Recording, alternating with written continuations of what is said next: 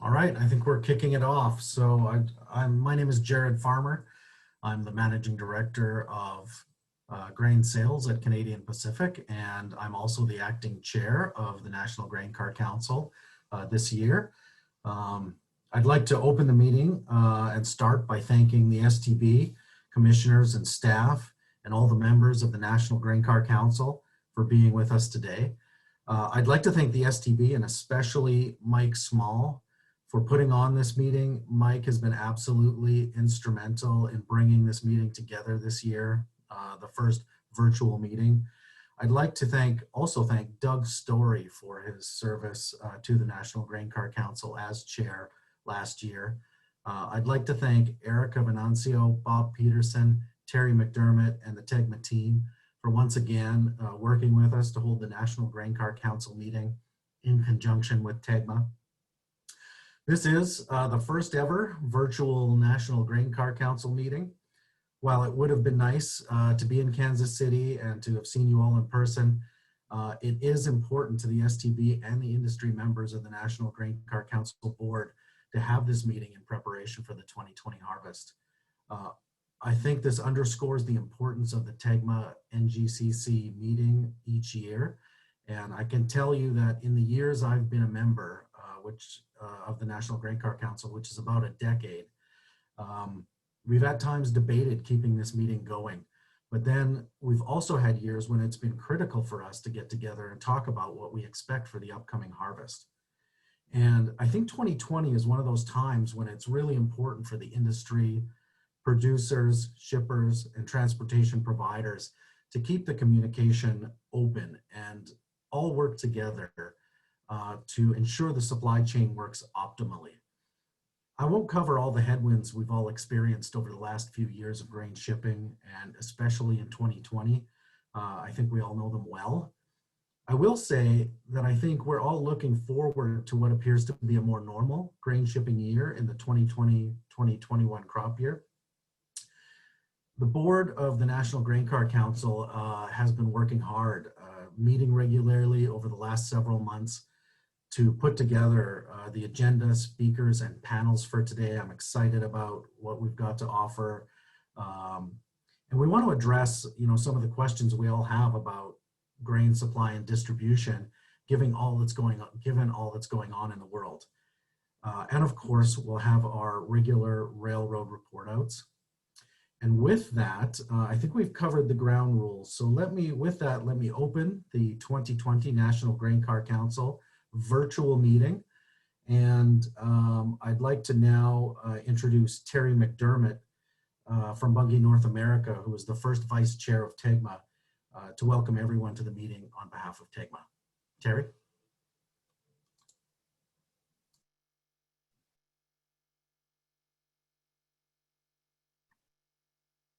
There we go.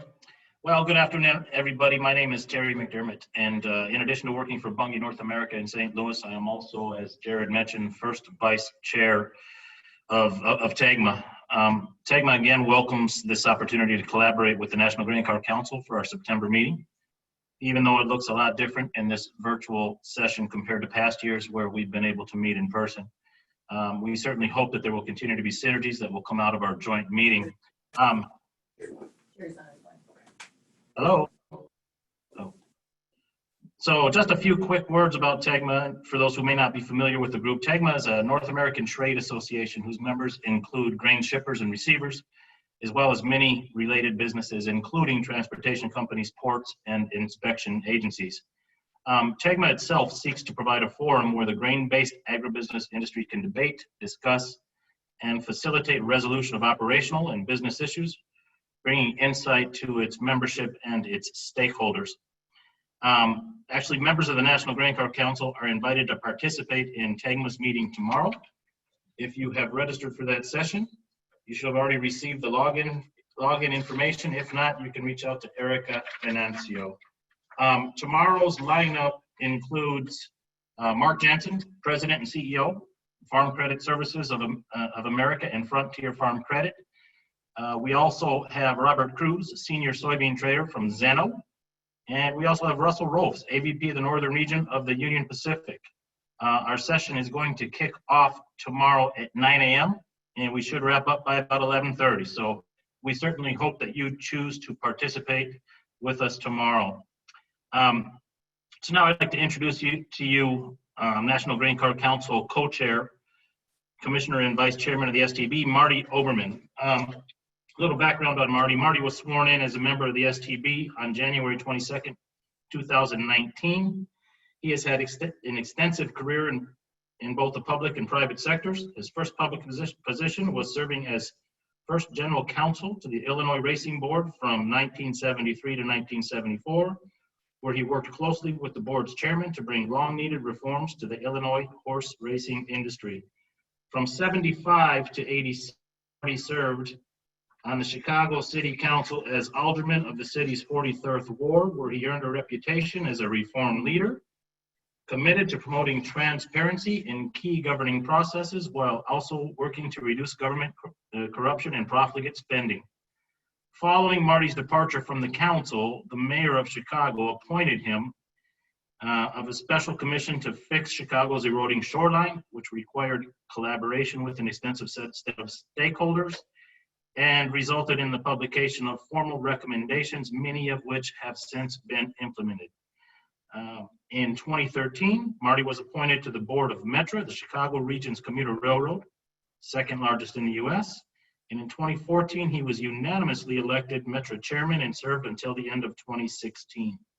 While at Metra, he gained approval for the agency's first long-term fare program aimed at tackling the agency's multi-billion-dollar state of good repair backlog, and led the board's efforts to institute transparency and professional management in an effort to overcome the historic culture of politics and patronage abuses at the railroad. Most recently, he served on the board of the Chicago Metropolitan Agency for Planning until November of 2018. And since 1975, Marty has also maintained a successful practice in Chicago as both a trial and appellate lawyer. His unique combination of litigation experience, elected public service, and exposure to the significant complexities of railroad infrastructure, finance, and operations inform his work as a member of the Surface Transportation Board. So let's please welcome Marty. Marty? Thank you, Terry. Much appreciate the introduction, although when you read off all of those items on there, it makes it sound like I've really been around for a very long time, hopefully a little while longer. So thank you all for joining us at this meeting in these very unusual times that we're all living through together. And though we can't be together in person, we are looking forward to your participation. And I think there's already been a lot of discussion about this virtual meeting. I anticipate it's going to go off very smoothly so that our only loss from having to do it this way is that we won't be in Kansas City for the ribs. But next year we will. Just very briefly, at the board, we have been hearing very good things from the shippers who have been working hard to keep our country fed during the pandemic, and the railroads and all the railroad workers who have also worked so hard to keep goods moving. And we want to again recognize the hard work of everybody in the industry. We are especially looking forward to this meeting and hearing how all of you are preparing for the harvest this year in light of the difficulties of dealing with the COVID pandemic. Before we get started with the meeting, I do want to acknowledge and thank the key people who've made it possible for this to take place. Some have already been mentioned, so at the risk of repeating, though, I know from the board's point of view, we are particularly grateful for the work at TEGMA of Erica Venancio, Bob Petersman, Terry, who you just heard from, and Scott Mills, who have worked very closely with the Grain Cart Council to make sure that we could accommodate both groups with the same virtual meeting. At the Grain Cart Council, of course, Jared, who we heard from, and Mark Houston have also worked closely with us.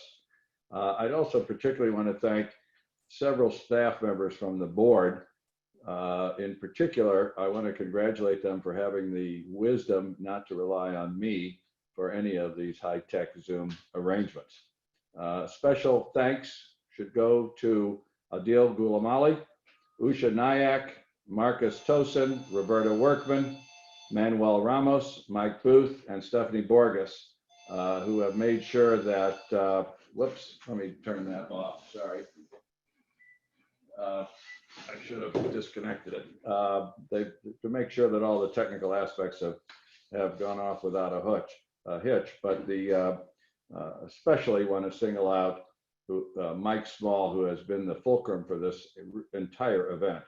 He is, of course, the Grain Car Council's designated federal officer at the STB, and he, as I know, devoted uncounted hours and considerable angst to make sure this meeting will happen, and we could not have done it without him. So I want to thank all of you, and at this point, I will hand this off to Mark Houston, who is the Director of North American Transportation and VP for the Louis Dreyfus Rail Services. As many of you know, Mark has been in the grain and transportation industries for over 40 years. He is a graduate of the Harvard of the Midwest, Kansas State U. Some would say Harvard is the Kansas City State of the Northeast. Mark has a BS and MS in agriculture economics. He spent 10 years at Southern Pacific and Union Pacific before joining Louis Dreyfus over 20 years ago. Mark, I will turn this over to you. Thank you, Marty. I hope everybody can hear me this morning or this afternoon. Good afternoon, all. It's my pleasure to introduce our first speaker, Dr. Seth Myers today. Seth Myers, excuse me. Dr. Meyer, as some of you remember, spoke at our TAGMA annual meeting in January. He spoke about all things China, the newly signed Phase 1 trade agreement, the little-known coronavirus, and the South African swine flu that was devastating the Chinese swine industry. He is here today to update all of us on these very important issues and possibly more. Dr. Seth Meyer is a research professor and the Associate Director for the Food and Agricultural Policy Research Institute, FAPRI, at the University of Missouri. FAPRI is well known for its agricultural policy and market analysis. United States Department of Agriculture for its insight into commodity production, price, trade impacts from various agricultural policy, including trade and market disruptions. Dr. Meyer was also most recently the head of the World Agricultural Outlook Board, WAOB, the agency at USDA charged with bringing together USDA resources in an assessment of crops around the world. The WAOB also publishes its findings in the WASDE report, which is closely watched by agricultural markets here and abroad. Seth was also an economist with the Food and Agriculture Organization, FAO, of the United Nations, and has served as a visiting scholar at several research institutions around the world. I welcome Dr. Seth Myers, and we look forward to his comments today. Dr. Myers, it's all yours. Great, thank you very much, everybody. Thank you for the invitation. And it's good to follow up on an earlier presentation, but this is one of those instances where I get to claim about being correct about just about nothing. I think we talked right about when Phase 1 was coming out, and since Phase 1, we had a lot of other things occur, including a continuation of African swine fever, coronavirus, a slow beginning to the trade in Phase 1. And so we're going to cover a lot of ground today. So I'm going to move quickly, but we'll cover more than just what things look like with respect to trade with China, but we'll obviously cover that. So one thing I want to throw out there, because it's not something, you know, that I did talk to at least TAGMA about before, which is what's the analog to COVID-19? We really weren't dealing with COVID-19 at that time, but you've got a short run effect, which we've largely, I think, worked through the major effects to some extent. And that's the supply chain impacts of things like the Holcomb, Kansas slaughter plant fire, which knocked out a bunch of beef slaughter capacity. And this tends to have impacts on the supply chain that push down prices to farmers and push up prices to consumers. And so we had a mix of that in several different commodities. And then the question is what does the recovery look like? We have lots of folks throwing out, it's a V, it's a U, it's a W.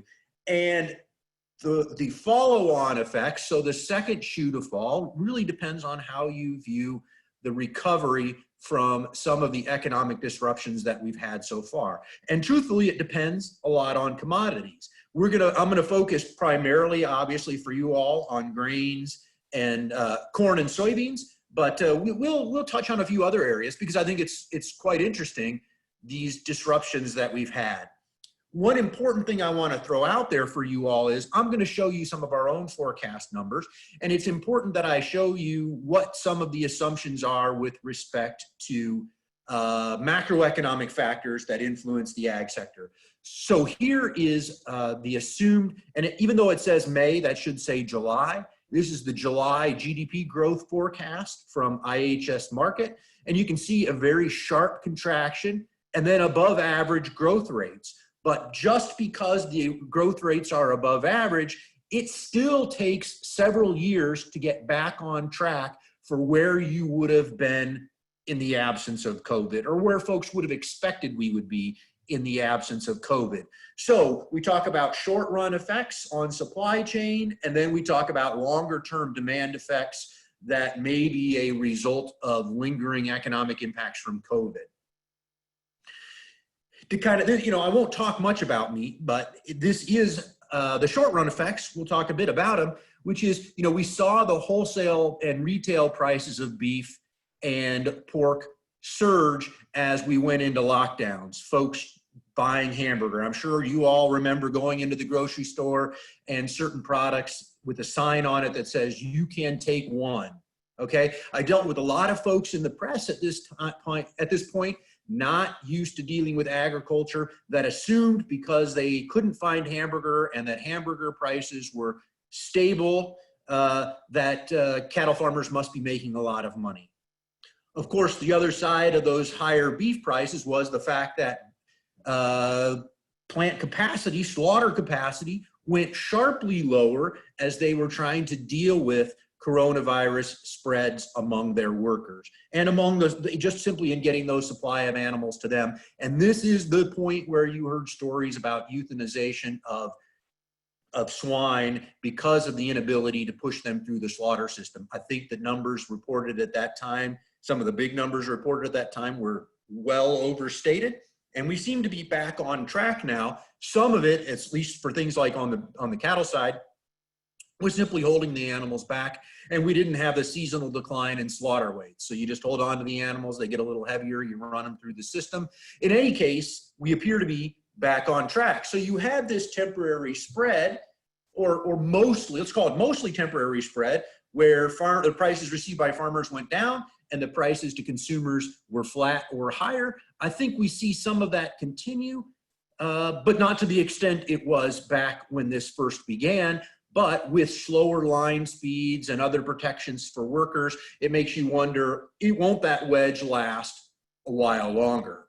Okay, per capita meat consumption. This is my last slide on meat, but want to throw this out there. You see that big decline in per capita meat consumption following the Great Recession. We expect a decline in meat consumption coming out of this with an economic contraction. And also as supplies of meat are tempered as well too, but not the huge decline that we saw in terms of the Great Recession. But economic uncertainty is going to play a role here. How fast of a recovery do we observe, and do folks feel comfortable we're on the right track?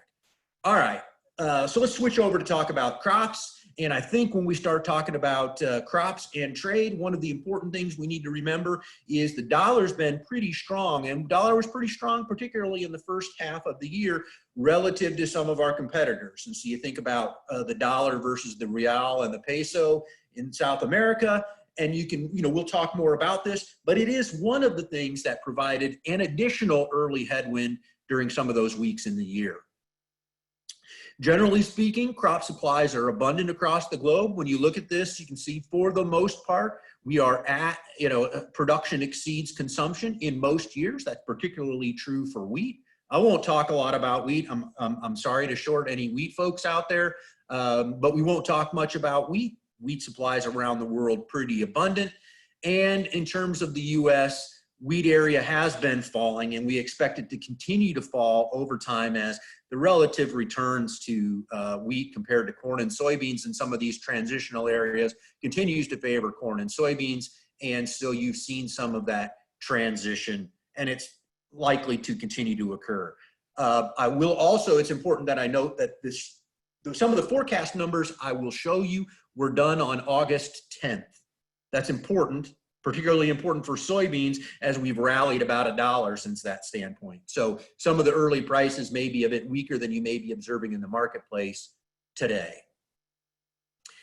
So in terms of corn and soybean planted area, I thought maybe one of the things that I got right in January would be a rebound in supply this year, because it seemed highly improbable we would have the same amount of prevented planted acres we had in 2019.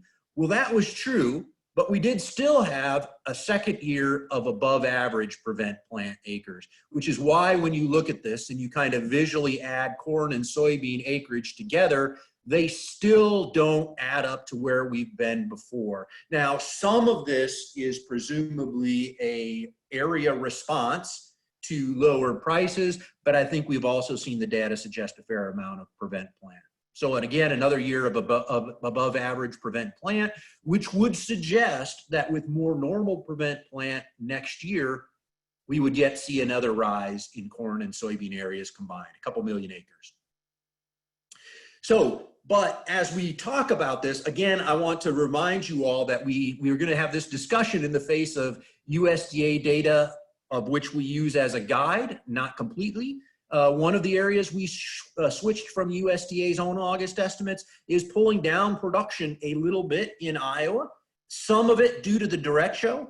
And this will come up later when we talk about China. And this is simply, this is not a picture of Des Moines to Ames, Iowa, Des Moines being in the lower right and Ames being in the upper right. It is a radar signature. So it's not a photograph, it's a radar signature from a satellite. And so it's looking at what does the surface of that crop look like in Iowa. And that's why when you go from left to right, Des Moines doesn't change, but all those crops do, right? The buildings are still standing. Some of the corn is not. So one of the adjustments we made in the crop is there. So when we talk about overall supplies, that's factored in. But at the same time, probably a bigger factor going on, probably bigger than the derecho across Iowa, is things have turned very dry. What looked to be a monster crop, when you look at things like the vegetative health index from a satellite, those things tabled off and don't look nearly as good. They were signaling a monster crop early on. So what you've been looking at from USDA so far is a above trend corn and soybean crop, soybean yield relative to what their trend yield was. So they raised it from just a trend yield and say, well, expectations are for an above trend yield. Folks, I think there's a general consensus, given the dry conditions and to a lesser extent, perhaps the derecho in a place like Iowa in particular, that maybe these yields will come down on Friday. Okay, so what you've seen is a general decline in overall 2020 production estimates, starting with May, which included intentions by farmers to plant 97 million acres, a stated intention. You pulled that back with lower acres, raised the yields in August, and then now you're seeing some folks signaling they expect that crop to shrink. Still a big crop. And the final crop is going to be different than 14.8 or even 15.3. It'll be something else. But the point is an expectation that maybe that crop is shrinking and that the biggest crop number has been printed.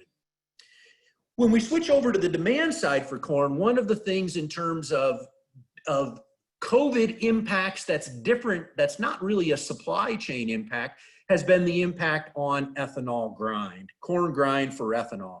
Corn grind for ethanol is largely determined by a domestic policy called the Renewable Fuel Standard. Now, you might have heard folks say, well, the mandate is 15 billion gallons. What they really do within a year is they convert that 15 billion gallons to a percent inclusion rate based upon expectations for motor gasoline usage. And so they convert it to a percent. So within a year, it's a percent.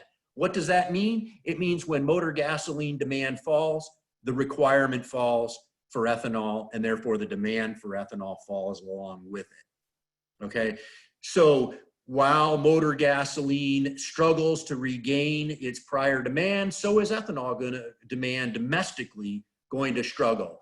And our expectations are, even with the rebound in motor gasoline consumption, we won't see the growth in ethanol that we've seen in prior years. So now let's talk about corn exports a little bit though here. So corn exports declined in 1819 and again in 1920 for us. You know, U.S. exports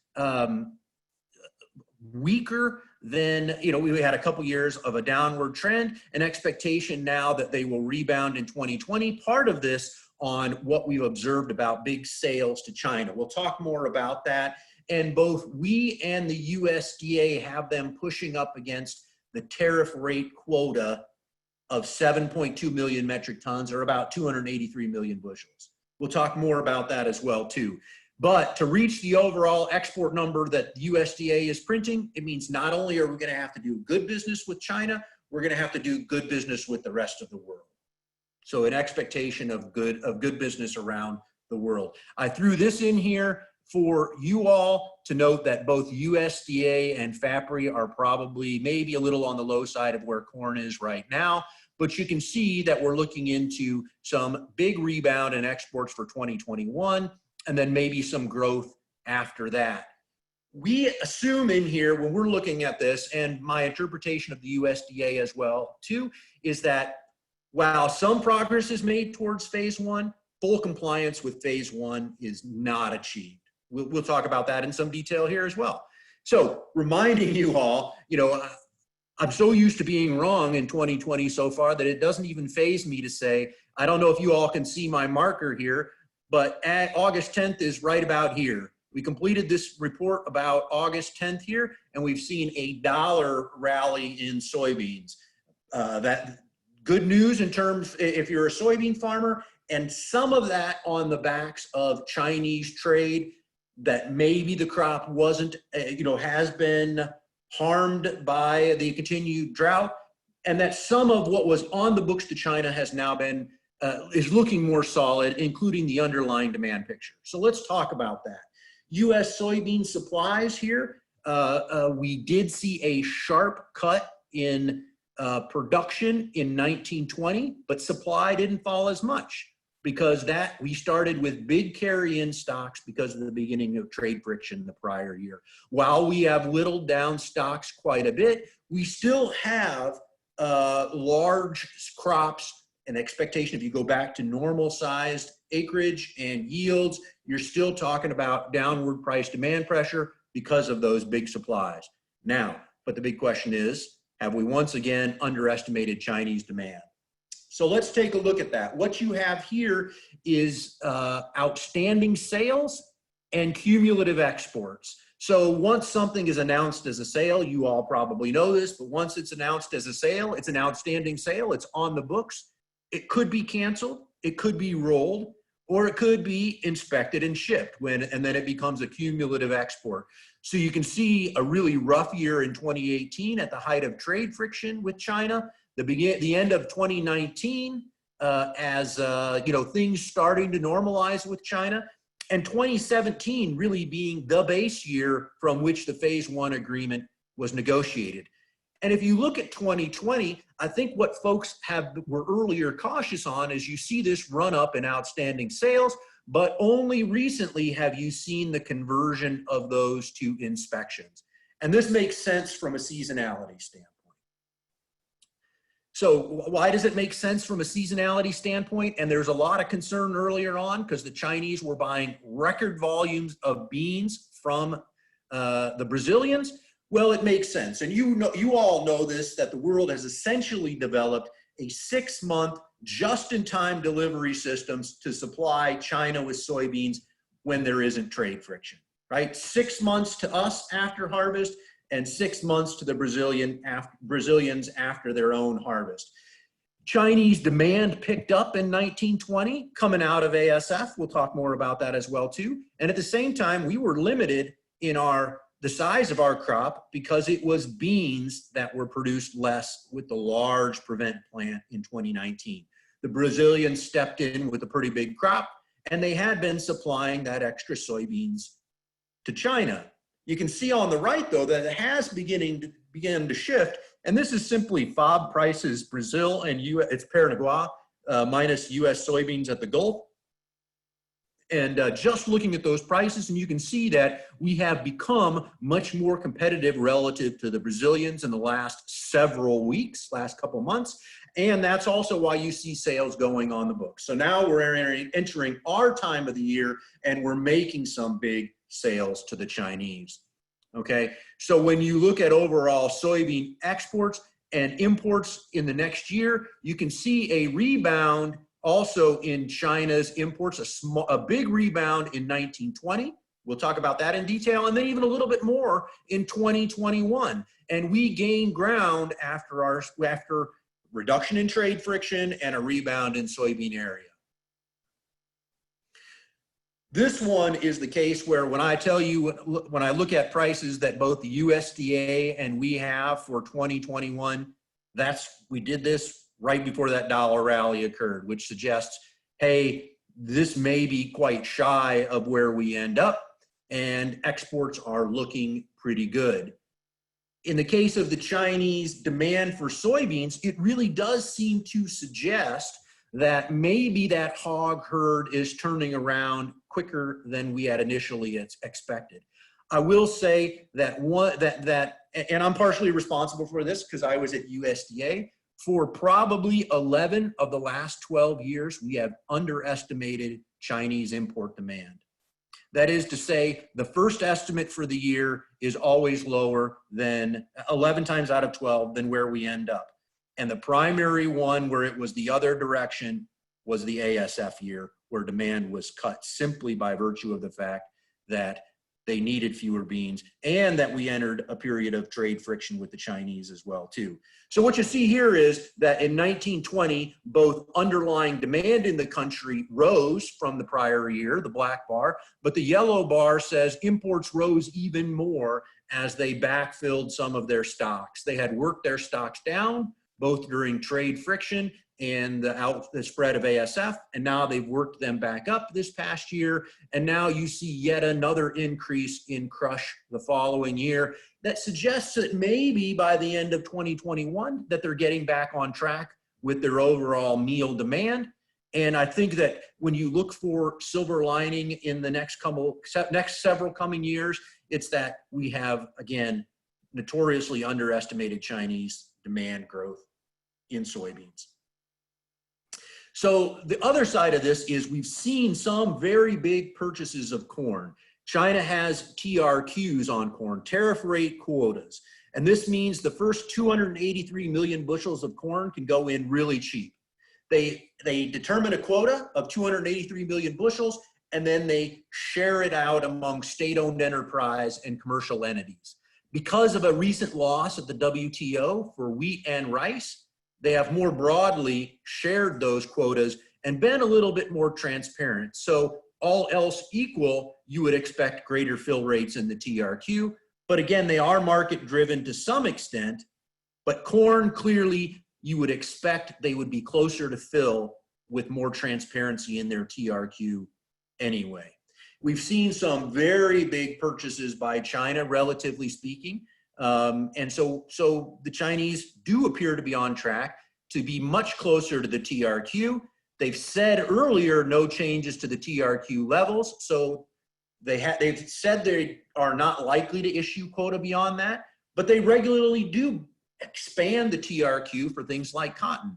So it is easy enough for them to allocate additional quota, but they've not yet made that move.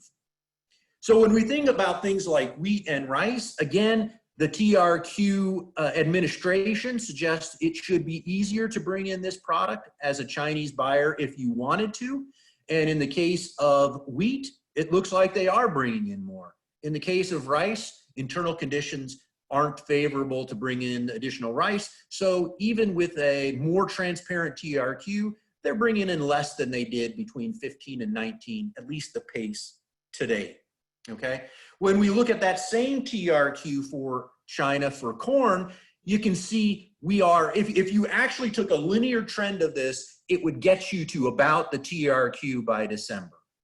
They've got a lot of purchases on the books. And if they took a chunk of those outstanding sales for the 2021 marketing year, if they took them this year, it still wouldn't necessarily mean they would be pushed past TRQ.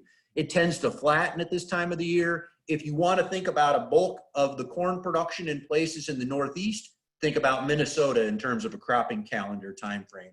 But you've seen some big purchases, big sales to China. You want to see when follow through comes through. And is that for this year or is it for next year? Is it on the books for that January to May period, or do they need the corn? And I showed you that earlier derecho in Iowa because I want to show you the same derecho in the northeast of China. So you can see the same hurricane effects. Again, the question remains, they don't have the most transparent system there. Do they need the corn in China? Although relative to production, the TRQ is minuscule. You look at this, and so this is somewhat of why it is so difficult to determine what the Chinese might need in terms of corn, because overall production relative to historic imports, production is enormous. If it's true, I think that there's probably a fair amount of uncertainty with regard to it, but not so much uncertainty that imports really reflects much of a percent of the total at all. Versus soybean imports really driven by crush, domestic crush. That's a very open market, relatively speaking, for China, and they are almost entirely import dependent on crush. So here again, you know, it suggests some of the dynamics in the meat market and some of the dynamics in the feed market suggest that that hog herd is turning around and that this really is being driven at least in part by demand, not simply buying and stocking under the phase one agreement. Let's talk a little bit about pork. I said I wasn't going to talk about any more about meat, but we at least need to throw a couple more out there and say production growth has benefited pretty substantially over the last year from growth in exports. But as we think about, is the story consistent that perhaps the hog herd is recovering? What we have also seen is weekly pork shipments to China have slowed. You can see them ramping up at the end of 2019 and being pretty strong at the beginning of this year, and they've started to taper off. Is that a signal that their internal needs are waning and that the price premium within China is softening a little bit? Perhaps it is, particularly if you suggest that it isn't then phase one buying that had been driving it. It is also the fact that perhaps their supplies are increasing within the country. Okay, so let's talk about phase one. I believe we talked about some of these slides perhaps when I was at TEGMA, but we need a review in here, which is the base, the phase one agreement is $36.5 billion delivered in China. It's CIF, delivered in China, and it's supposed to go up $6 billion next year. But sprinkled throughout the agreement with these very specific numerical targets and unpublished targets for subcategories like soybeans is sprinkled the words at the market throughout the publication, throughout the document itself. And there's also a lot of discussion about reducing barriers through negotiating how products are exchanged. So some of the details of how trade works and how trade is facilitated. So increasing the facilitation of trade through reciprocal agreements is also part of the story. But we are unlikely, near a de minimis chance, near zero chance that we will actually hit the phase one target. And part of that is where we have been so far this year and simply what it would take to get to 36.5 billion by December. Okay, so when you look at this, this is each year the amount of trade CIF value that has gone through July, and then what needs to be done, what has been done in the full year, and then what would need to be done this year in order to meet that 36.5 billion target. So you see, we started out very slow this year and would have a lot of ground to cover. Okay, clearly any attempt to approach that phase one agreement is going to have to be done with significant contributions to soybeans, but closing this gap seems improbable. You know, but again, reminding everyone that if we return to a trade year more like 2017, that would still be a big accomplishment and a big improvement in trade and supportive of prices to the extent we've already seen some of that when it comes to soybeans. Now, I want to talk about just a couple more things here in terms of impacts of COVID on farm income and some of these issues with farm income and government payments. We did some of this work early on and looking exclusively at COVID and doing some scenarios exclusively on COVID. You can't really say what was my outlook in January and what was my outlook today and say all those differences are COVID, because farmers there's different acreage impacts, different yield impacts, but we tried to do something a bit more scientific early on, and you get things which look like $15 billion of fall in crop receipts and a $32 billion decline in livestock receipts, net farm income falling by around $30 billion. Why does it fall less than the combination of those two receipts? Because lower feed costs cut some of those declines in livestock receipts when it comes to income. In addition, government payments at this time were quite small. So that's why when you say, what was the COVID impact? This is the pure COVID impact estimate, but you have this other factor, which is government payments. And you've probably seen in the news recently that government payments, direct government payments to farmers, record large.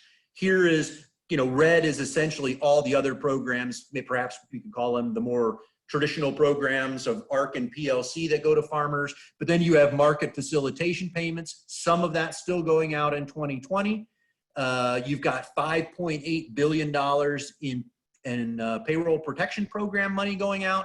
And here at FAPRI, we only assumed $11 billion of $16 billion available would go out for CFAP because we only assume programs in place. The ERS included, the Economic Research Service at the United States Department of Agriculture included all $16 billion, which seemed odd simply because the Secretary has announced that additional payments, a CFAP2, might be allowed. So in this case, much of what farmers see this year in terms of net farm income will be supported by government payments, primarily to offset both a little bit of trade mitigation, leftovers from the prior year, and coronavirus food assistance. Okay, so the problem, of course, then is this: you get a picture of growth in net farm income in 2020 with all those additional payments, and then when you turn the corner, and if additional payments are not made, farm income could get very, very tight. Well, not very tight. You could see a sharp decline in farm income next year. So we covered a lot of ground. Part of me is optimistic about trade with China in terms of we tend to underpredict their demand. I probably put more weight on their need for this product than I do pure phase one compliance. I think that we won't know until we get into a situation where we can observe. We haven't observed China necessarily giving us that much preferential purchasing in products. So I'm not sure I would ascribe it to that. And I think that the election brings some uncertain results following November, no matter who wins as well, too. So that was my last slide. We covered a lot of ground. I'm happy to answer any questions if that's what the moderator would like to do. Thank you very much, Dr. Meyer. Grain Care Council members, if you have any questions, please let me know in the chat, and Dr. Meyer will give them a second to to notify me if they have one.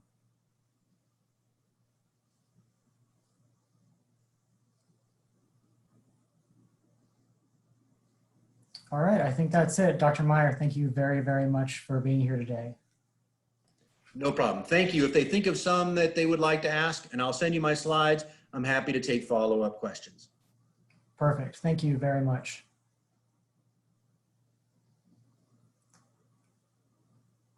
And next we'll go back to Jared to introduce the shipper panel. Thanks, Mike. I'm very happy and honored today to introduce our shipper panel.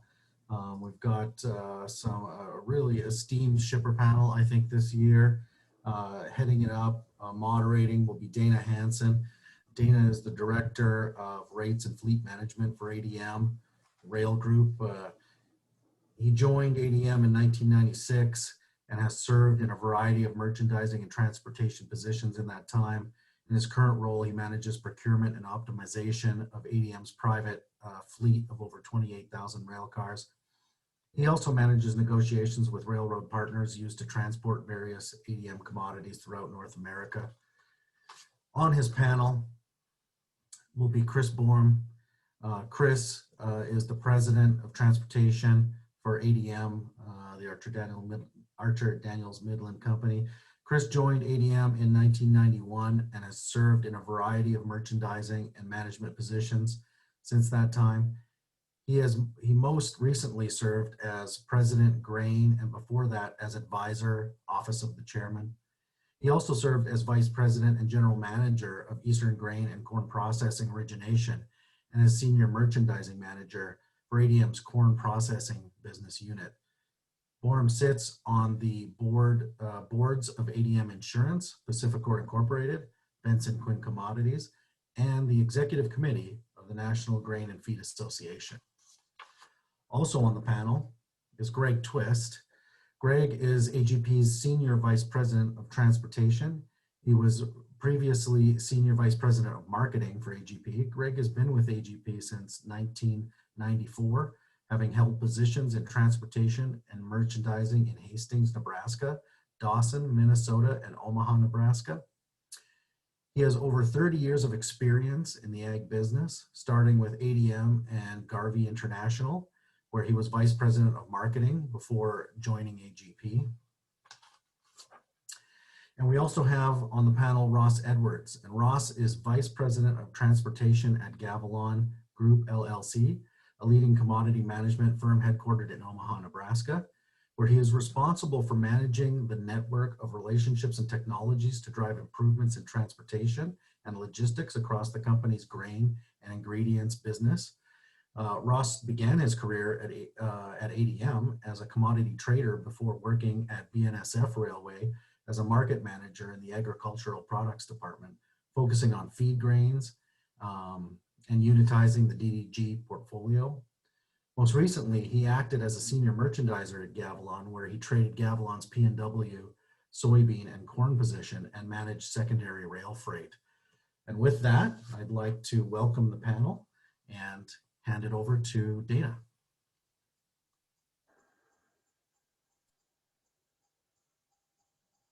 Okay, am I on and live here? I believe so. Mike, is this coming through? There we go. Now I can see it. Well, hello, everybody, and thanks, Jared. I am certainly honored to be moderating this year's shipper panel, and you know, I'll take, I guess if I get any credit here, it's in being a good general manager, because I put together a really great team of people with a lot of broad knowledge base in the industry, and certainly many, many years of experience in our industry. So we hope to be able to provide the Grain Car Council with some great insight here going forward.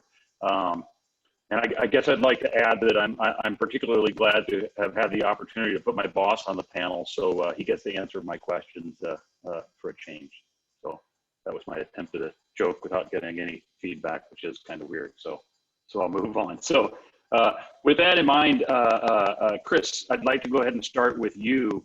And you know, given your background in ADM's Grain Group and kind of your career path has kind of come to the Grain Group, Maybe you could share maybe some of your thoughts on the 2020 crop, just at a high level, maybe building on, or maybe you have some different opinions from Dr. Meyer and what he had to say, maybe some regional observations of what you see going on out there. Yeah, first off, I guess I'd like to say, Dana, this will come out of your review at the end of the year. So that question's been answered right off the top. I want to make sure everybody knows that. Jared, you owe me. You know, in all seriousness, first of all, thank you for having me here today. And I would be remiss, I'd like to echo the comments that Vice Chairman Oberman made at the beginning about thanking the railroads for helping us get through so far through the pandemic. You know, in full disclosure, early on from ADM's perspective, when the pandemic first started, you know, we went through, I'm sure as others did as well, a lot of scenario planning on what were risks for our organization. One that we quickly identified was rail service and what that would mean for our company. And, you know, quickly we learned that the railroads had that under control. And not only were they keeping their own employees safe, they were keeping our employees safe as well. So we really appreciate that and all the work that those in the industry did to make that happen. And so, Dana, you know, as we think about that, you know, it's, you know, we saw in Dr. Meyer's slides kind of how things kind of progressed during the pandemic. And one thing that really happened, if you go back and look at the rail car shipments during that period, you know, I think as last week's AAR numbers are, I think grain year to date in the U.S. is down around 4%. Mexico is actually up around 2.5%, and in Canada it's about even. So North America, it's pretty much flat. And so, you know, during that time, you know, the grain business was pretty steady and hung right in there, where, you know, there was certain parts of the auto industry and others were down 80-90% at the height of the dip. And I think that's sort of a testament to our industry and the importance is also, as Vice Chairman Oberman made the opening about feeding the world. And it's an important role and one that we take seriously. But you know, if you think about what's happening now, sort of what's on my mind, kind of think about that part of as our numbers remain strong during that, a lot of the competition for the resources was low as these other things fell out. And so that allowed grain to move. And as we go into this fourth quarter here, one thing that keeps me a little bit concerned, you know, and like I said, this is no fault of anyone. It's just, it's part of it is the standpoint that is that we've gone 2 years, as Dr. Meyer's slides just showed, where 17 and 18 and 18 and 19 crop years, we didn't have the Chinese export business, and the U.S. For 2 years was pretty much a you know, a domestic play in exports without China, which doesn't lead to a whole lot. Basically, it left U.S. exports to places like Mexico and in very close proximity, which from a volume standpoint wasn't great. But this year, we're kind of going into, you know, what we've seen in years past, 17, 2014, where we're going to have potentially big numbers out of the Chinese. And ironically, this is actually my third call. And today I've actually had 2 earlier calls with other railroads this morning, and some may be on here that heard me earlier today that I'm going to repeat myself, and I'm sorry for that. But is that one of the things that keeps me, you know, on edge a little bit is, you know, are we ready for this big surge that we haven't seen it? There's several things that are different, and this is no fault of the railroads at all. You know, the railroads were dealt a massive blow, and were some really hard decisions to make back in March when this pandemic first started, in terms of crews, and, you know, to lose, you know, 25% of your volumes overnight. Those are tough things to deal with, and then, but the tougher question is when to bring people back, and how do we get going? I mean, the end was easy. It was just an abrupt stop. The hard part is how do we get going again? And those are really hard decisions to make. And especially with unknowing what the governments are going to do, what the states are going to do, and how it's going to open up. But when we do get up and going here, and what we've kind of seen, it's been kind of a slow grind back. The different dimensions going to be, you know, and especially since it's a little different for some railroads who've enacted PSR, is we're going to have an export market thrown into the mix that we haven't seen in the last couple of years. And so it's an opportunity, and it's also a risk. And so to me, those are the things that we got to keep top of mind, is you know, is that the challenges we're going to see because of that. And we're certainly, as Dr. Meyer also said, we've kind of turned into a just-in-time globally in terms of grain supplies for the world. And I think over the last 60 days, there, as he mentioned too, there's been some things that have really changed the market dynamics in terms of crop size with the derecho in Iowa. And I lived that firsthand. I grew up in central Iowa, about 70 miles northeast of Des Moines, and my brother's corn crop, he's going to harvest 0 of it. The insurance adjuster called it a 0. So it's a real situation that's going on there. And that coupled with the dry weather, there's really been a change. And now we throw in the Chinese and potential concern of a La Nina in South America. I mean, almost overnight, the dynamics have really changed from where we're at. And so, you throw that with, barge freight has been cheap, and we're going to see the ocean freight spread between the PNW and the Gulf sort of favors the Gulf. So these are dynamics that we haven't seen in a while. The last time we've seen numbers like this, we saw barge freight get extremely expensive. Back in 2014, we saw 1,500% barge freight trade. You're not going to see that this year. So I think this is we're certainly going into a situation that has been different than we've seen in a while. And I think being prepared for that, and I hope, and the message that I've given the railroads, and I'd like to say here, is that being nimble is so important, because as we've seen, things can change quickly, and communication and the ability to adapt are really can be the difference between success and failure. Thanks, Chris. I appreciate your insight on what's going on in the U.S. grain crop and also globally, and also the insight on my future performance review. So appreciate that. Thank you.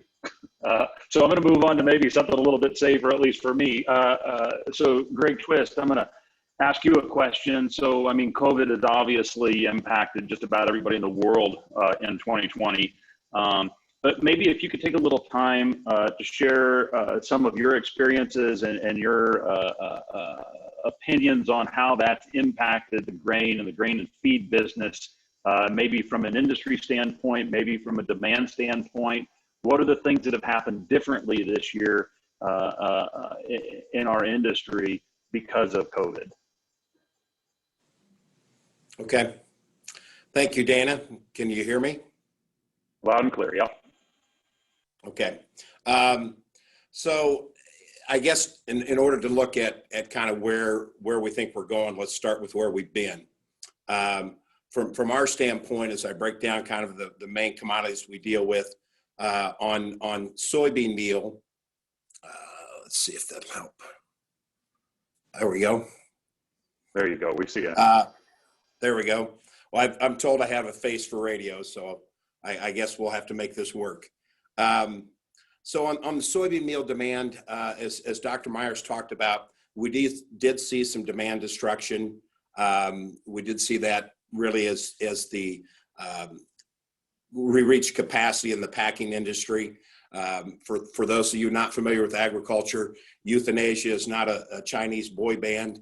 It's simply the process of putting animals down, and we simply had to in terms of the hog industry, because there just wasn't the makeup ability at the packing plants to handle the current production plus the projected production as we went forward. So as a result, we saw a lot of fall off in temporary soybean meal demand in Midwest. Now, I can tell you, as we've seen this, probably this hit more in the April range, really saw things starting then. We've seen things come back pretty well. We've seen the livestock barns pretty well full, and we're seeing meal demand really back to where it was prior to COVID on the meal side, at least domestically. On the soybean oil side, we saw really the packaging plants that handle for all the food industries. I think they had pretty much a knee-jerk reaction initially, which was to cancel all the orders and to simply let their pipeline drain down. I think the thought was they'd never sell another pound of soybean oil again. I think what they realized was the American consumer now, in hindsight, probably consumed about as much oil as they did before. The thought was, with people not going to restaurants and hotels and so forth, the demand would be way off. And I think what we found out was that the U.S. consumer consumed about the same amount of oil, but in a different fashion. Rather than going to a sit-down restaurant, they were doing more takeout and carry out. And so we had about a 3-week period when COVID first came out where the food packaging companies simply backed off hard. And I think that probably in retrospect was a mistake. What we did have at that point was the biodiesel market, thankfully, and I refer to it as a large sponge in the refined oil market, because whenever refined oil gets cheap, the biodiesel market can come in and take advantage of some of the values there, and they did. That allowed us as a processor to keep running pretty hard. And then once the food people, packaging folks got their arms around what their demand truly was, they had to come back in and kind of make up for lost orders. And so they probably had about 3 weeks we hit the brakes hard, and then about 3 months it took them to catch back up based on backing off demand so hard. And I think there's a little bit of a lesson learned there, at least I hope there is, that if you have any type of potential shutdown in the future, that you're going to see people maybe not steer to one ditch and then over to the other as a result of that. The last one I'll talk about in terms of for AGP is the biodiesel market. It really did save our bacon in terms of being able to move soybean oil into that market. Dr. Myers had a slide on talking about the gasoline demand destruction. And yes, we did see some of that on the diesel, but not near as much, because the biodiesel is going in more to the diesel market. That's been used more for the tractor trailers, and that demand was not down near as much as was the gasoline demand. So from that perspective, I think it really allowed us to continue to run. I would echo what Chris said, that through this process, I think the railroads performed well. I know there were some cuts they had to make, and I called up every Class 1 carrier that served our plants and begged of them not to cut too much, because I knew there was going to be cuts being made. I think the challenge now going forward, again, echoing what Chris said, we not only have kind of a recovery on our hands, but we have a pretty good export demand we anticipate this fall.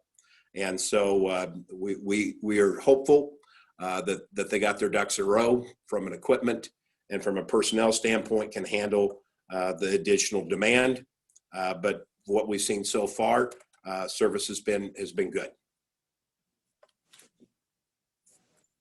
Super, thanks, Greg. It's good to get a little perspective on some details on domestic consumption, in my opinion, and not just to look at whether exports are going to be large or small this year, and thinking that's how transportation will roll. So I appreciate the input on that. Ross, I'll move on to you now. Can you hear me all right? Yes, sir. All right, great. So I want to ask you a question around freight availability. So whether that be rail car availability, your ability to procure the freight that you need to take care of harvest this year. Maybe you could share some of your experiences from that standpoint.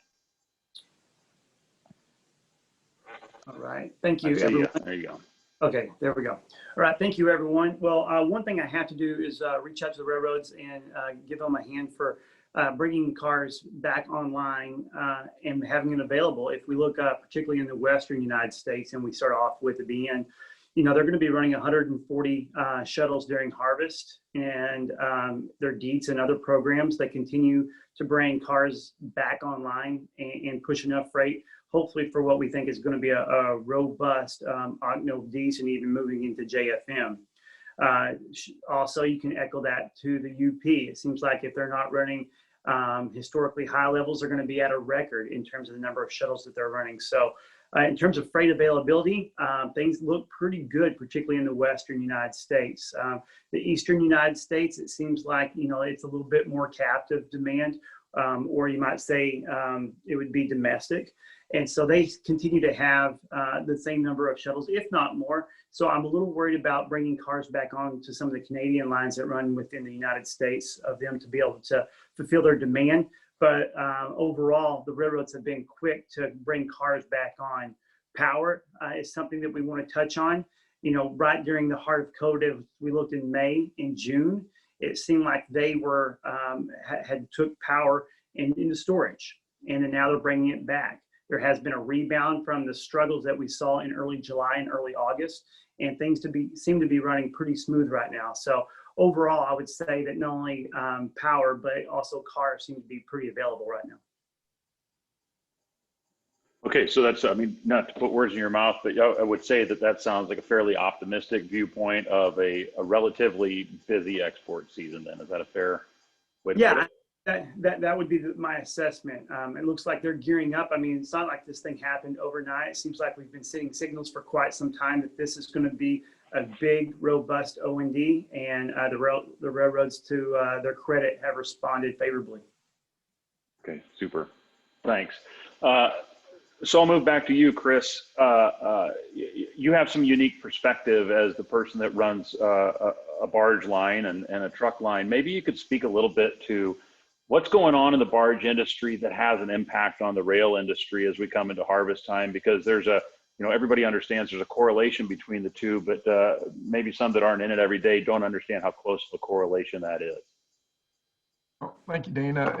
And I sort of referenced it a little bit early about the kind of the price relationship with barge freight, but in 2014, which was kind of the apex of the barge, when I think of it in terms of a percentage of tariff or the freight rate market, that was kind of the high point. And since that time, or at that time, there was approximately about 10,500 covered hopper barges in the fleet.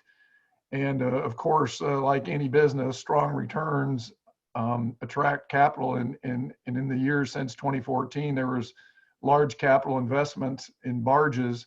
And today, I think the most recent IMS market data was about 12,500 barges in the fleet. And so we've seen the barge fleet increase by almost 25% in that period. But there's two other things that are important to think about that when you think about the size of the barge fleet, that the impact is even more so than the 25%. And what do I mean by that? Well, in this period, one thing you've seen is a huge increase in acres in the U.S. Delta. And so if you think about it, if you're running from New Orleans to Rosedale, Mississippi, or to Memphis, Tennessee, your turn time on barges it goes up. We used to figure that traditionally, when the Northern Illinois and the Upper Miss up to St. Paul was your main origination, an average you figured about 6 trips a month or a year on a barge, 6 turns a year. Well, now that with the closer destinations, we've increased turn times on barges, number one. Number two, as the industry's retired barges over the last 5 or 6 years, the old barges, the 25 to 35-year-old barges were all 12-foot whole barges. All the new ones have been built are either 13 or 14 footers. And so the capacity of these barges is up to maybe 10% more. And so there's much more productivity in terms of the ability to haul stuff. So that's actually decreased the value of barge freight. And so, one thing that for areas where you compete against barge freight, barge freight is prices have been under pressure for the last 4 or 5 years and will probably continue to be so. I think that most recent data shows barges, the average age of the fleet about 14.9 years. And you figure that, most people figure anywhere from 25 to 35 years on a barge. We've had some that have been in service for 42 years. So it's not a quick term fix. And, there's other things that have sort of affected that market as well. And one thing is, the bonus depreciation tax. A lot of people that own barges aren't companies like mine that I work for. They're in the business. Some of them are smaller, more investment type people that build barges and own barges and operate in pools. And the bonus depreciation has incented people to build barges. And so that's been part of the thing that's sort of, it's really, the reason to build barges really isn't reflected in the market returns in the barge business itself. It's more based on tax policy, which has flooded the market from so to speak, and made it a little bit more of a tougher playing field. So that's what's really going on there. In terms of trucking, we run a trucking business too. And what's interesting or what's different about our trucking business, we're really not an over-the-road van type company. We're in the steel or stainless steel tank business, and kind of what Greg just talked about a little bit ago, really more in the vegetable oil and sweeteners type business, which is a very, very smaller type business, and which has kind of been insulated from a lot of the things that have gone on in the trucking world with what you've seen in the vans and the reefers. But to Greg's point, you know, with our trucking business, we really saw a big change overnight, and you know, in hauling, where with that demand from going from the retail food demand side to more of the stuff, the retail for buying off the shelf, and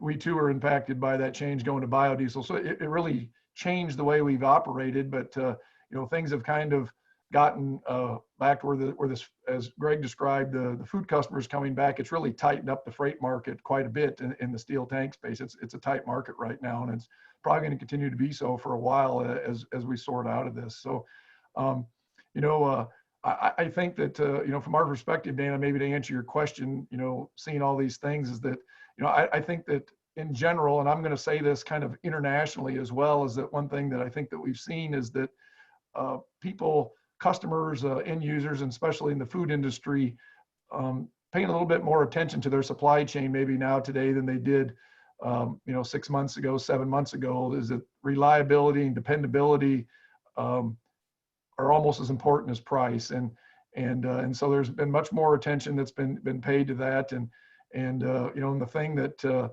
whether it's truck, barge, or rail, and it's whether you're you know, in the same industry or we're partners, kind of like we are at the railroad, we've got to find ways to make efficiencies better, and we both win in that scenario.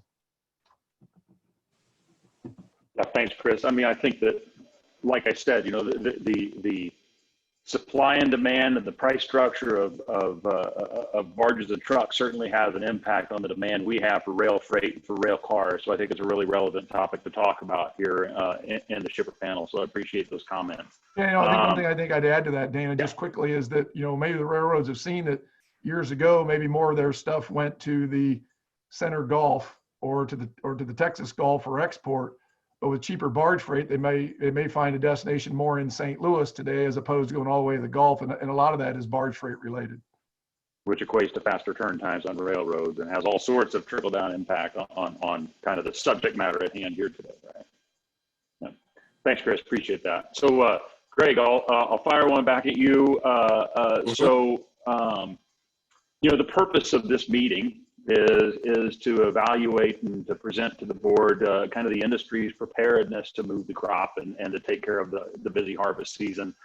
You've hit on a little bit, Chris made a couple comments around it, but maybe a chance to elaborate a little bit on your perception of railroad service and what your thoughts and expectations are of railroad service. You know, Ross made a couple comments as to some optimism in service as well, but wanted to give you a chance to maybe share some of your perspective on that topic, if you would.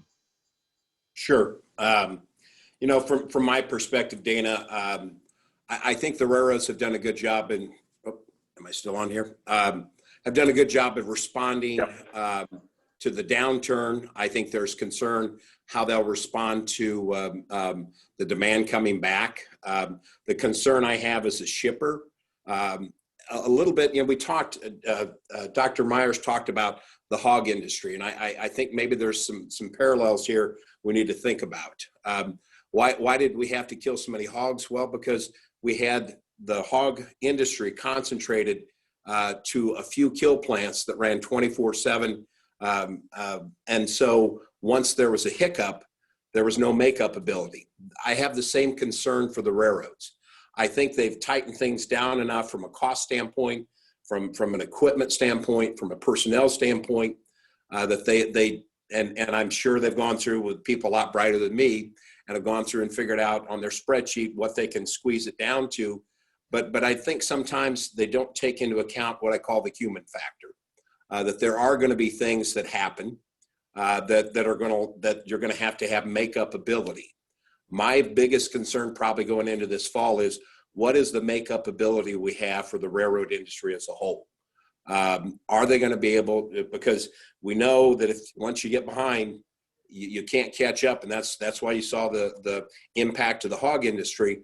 I have the same concern about the railroad industry, that they have some makeup ability, because I think when you take things down, and let's face it, you know, the railroads by and large are on a push to reduce their operating ratio, and there's two ways to get there. Okay, you can increase rates, and with increased rates, we at least have a mechanism with the STB. It may not be perfect, and I think Chairman Begman is asking us to help her figure out a way to make it better, but at least we have a means to challenge rates. We don't have a way to challenge service, okay? And so it really comes down to common carrier obligation, and I know that looks different for each location, for each company, but we really don't have a way to challenge service. And so where we've seen the turn times and so forth and velocity, we measure all that. The thing that we see as a shipper that impacts us, I think, is first and last mile. And I use the analogy that the railroads are a little bit like a water slide, okay? Once you get on the water slide, the time from the top to the bottom doesn't change a whole lot. What you should really be measuring is how long does it take to get on it?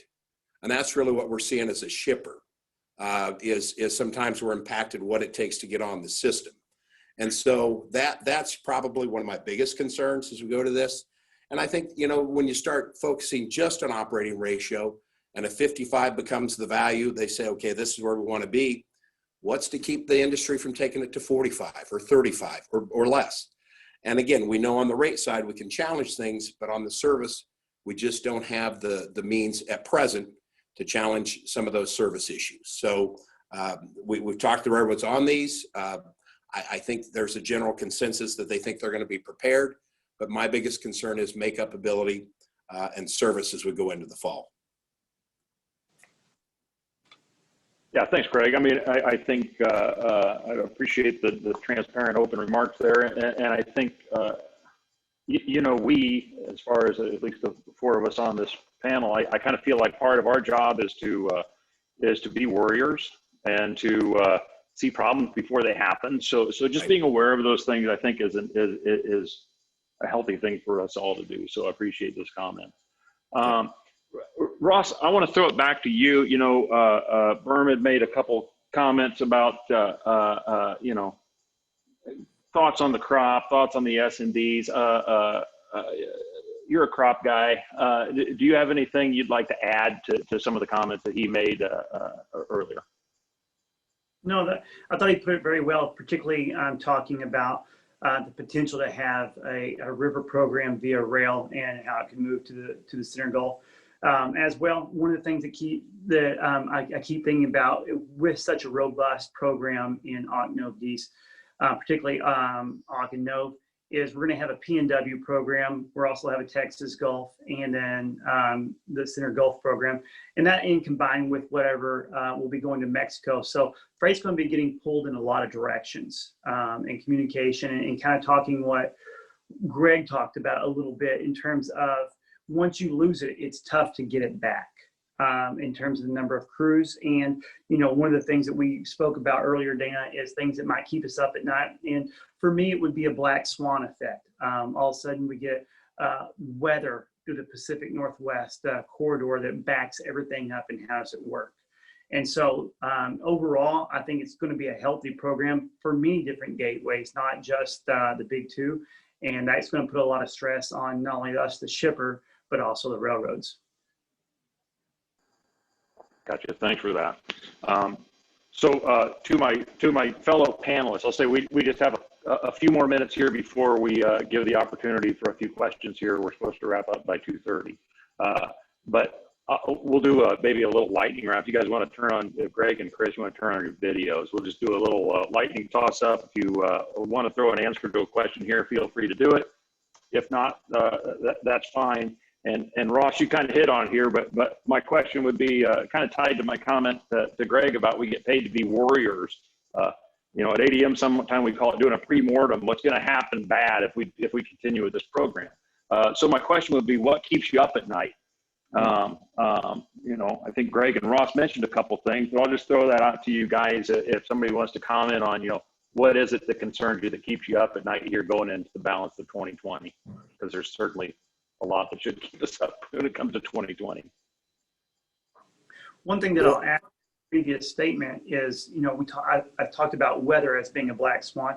Also, it's the quick rebound that we're seeing in total freight, particularly in intermodal and all rail lines in the U.S. I believe if we look at that, their past week, they were above a year ago levels. And I think that O&D is going to continue to see intermodal being that high. If we see other sectors of the railroad also surge, combined with what we have, there's just a lot of potential for freight being out there and causing a few backups. And so I guess that keeps me worried. Yeah, very fair comment. And, you know, maybe we'll have a little assurance here when we hear the railroad updates here later this afternoon too. Greg, there something you were going to say there? Yeah, I would just add, first of all, Dan, I'm glad this wasn't a medical question. What keeps you up at night? Because there's a number of things there. But no, I think, you know, I think service obviously is one. And I just want to add one thing too that I've thought about a little bit and I kind of share with the group because it's maybe the genesis of some of this. We had a conversation a couple years ago, and the railroads were good to talk about their accessorial charges and some of those in the format at the National Grain Car Council.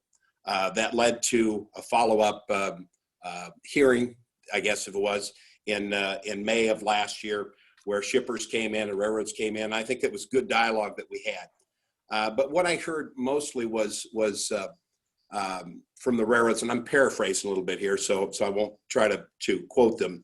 But by and large, they said they weren't interested in the revenue that came from accessorial charges. They're trying to change the behavior of the shippers. So really, if you have high accessorial charges, if you start with that premise, the only thing you can do as a shipper is to build more rail yard in your own facility. And so we built more rail yard. And I've known in some cases that now the railroads have come back to us and said, well, gee, you've got this much rail space. You only ship this many cars per week. We're now going to cut your service from 3 days a week to 2 days a week or 5 days to 3. And so what that tends to do is cranks back up the accessorial charges. And we as a shipper are stuck in this quandary. What do? We don't want to build more yard capacity and watch service be cut more. So it's kind of a vicious circle we've got into on some of this. And I don't think the intent was to cut service when they put those out, but that sometimes is some of the end results. But food for thought for the group to think about. Sure. Appreciate it. Chris, did you have anything you want to add to that one? I got one other question, unless you had something you want to add to that first. No, I was just going to say, Dana, I see there was a question that came up on the text about how do we expect the farmer to market this year's crop, and will he store corn and move beans at harvest? So, and I'll put the clarifier on that. This is just one person's opinion, and take it for what it's worth. But I think that historically the farmer sells a higher percentage of their beans at harvest time. Typically they have about a third sold going in. They sometimes sell a third or more across the scale.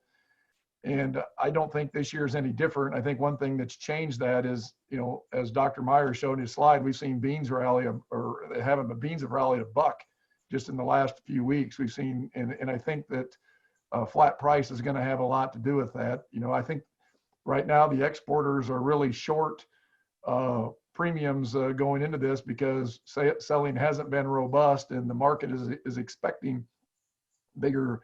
The market needs big bean sales across the scale, and quite frankly, there's been huge corn sales too that have gone on daily, and sales are going in for January and February as well. So the market's going to need corn as well. But for what it's worth, the farmer will first sell beans, but without a big flat price rally, I think the farmer is going to be somewhat of a reluctant seller, which is a little bit alarming, because I think that that could make things tighter and make for some basis values that don't make sense around the country. Thanks for taking that question, Chris. I appreciate that.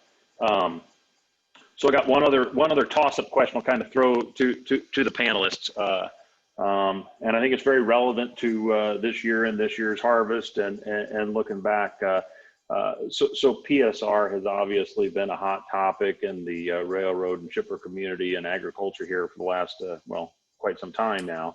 I'll open it up if you'd like to make a comment on your perceptions of PSR and what's good and what maybe isn't so good, and how you see that rolling out in the future. I guess I can start it. I'll say that overall with the PSR, I've been pretty pleased with some of the velocity in many areas, particularly on the single cars. and the railroad's commitment to making sure that things get picked up in certain areas. And so that's certainly a good side, and I was pleasantly surprised in that regard. On the downside, I would think that there has been some issues where it seems like the focus has been so much on the single car business that some of the train business was left a little bit behind, but overall it hasn't been that big of an issue. I guess the one thing that would worry me about it when it came on, and maybe it has a potential in some other areas of all of our companies, is the quick change of programs that a railroad wants to do, despite the fact that us as customers have spent billions of dollars investing in a certain, I guess, guideline that they have pushed for quite some time. There's some of that has gone on. We've worked with the various railroads to try to mitigate any costs and market differences, but there's certainly some things that still need to happen. Yeah. I think real good, astute comments, Ross. I appreciate that. We're running close on time. Greg and Chris, did you have anything you wanted to add to that? Or are we okay with that for now? If not, I'll ask Mike if there's any other questions that he received that the panel needs to cover. Hey, Dana. Yes, we have a question from Jared Farmer. Yeah, thanks very much, guys. Really great panel, and really appreciate you being here. Chris, you had mentioned the supply chain reliability becoming more important kind of post-pandemic here. I'd open it up to you because it was your comment, but any of the panelists can comment as well. Just does that favor North America, that need for supply chain and reliability for food around the world now?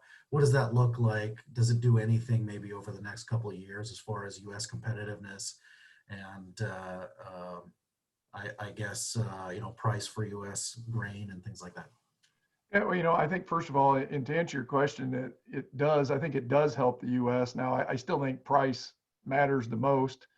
If there's huge price discrepancies, but if things are close on price, I do think it matters. And where we've really seen it has been kind of as we think about as our company, we originate from the farmer to where we deliver to from warehouses in North Africa or in the Middle East or in Asia, that there's certainly people that control more of their own supply chain and can substitute various, if there's a breakdown somewhere come through, I think it's put pressure on folks that don't have assets behind them. And I even seen it in our trucking standpoint a little bit. As I said, we're kind of a small in the trucking business, but we also have a 3PL third-party business. And the fact is we've seen more demand for our 3PL. Why?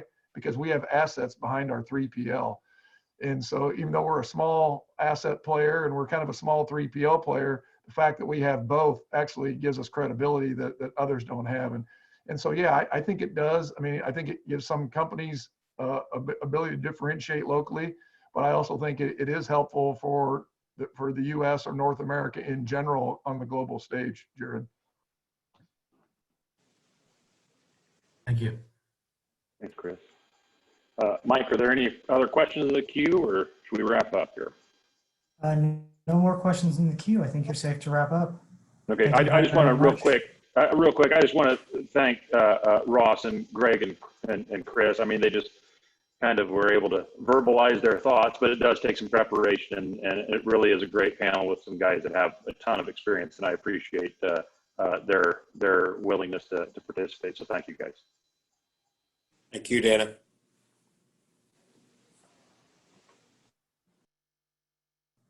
All right, next we will bring on Marty Oberman to introduce our next speaker. Marty?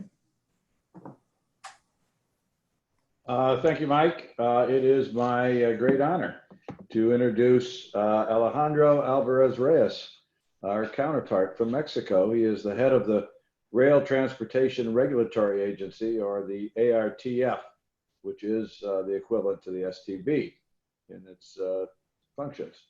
Mr. Alvarez is a second-generation railroader and civil engineer.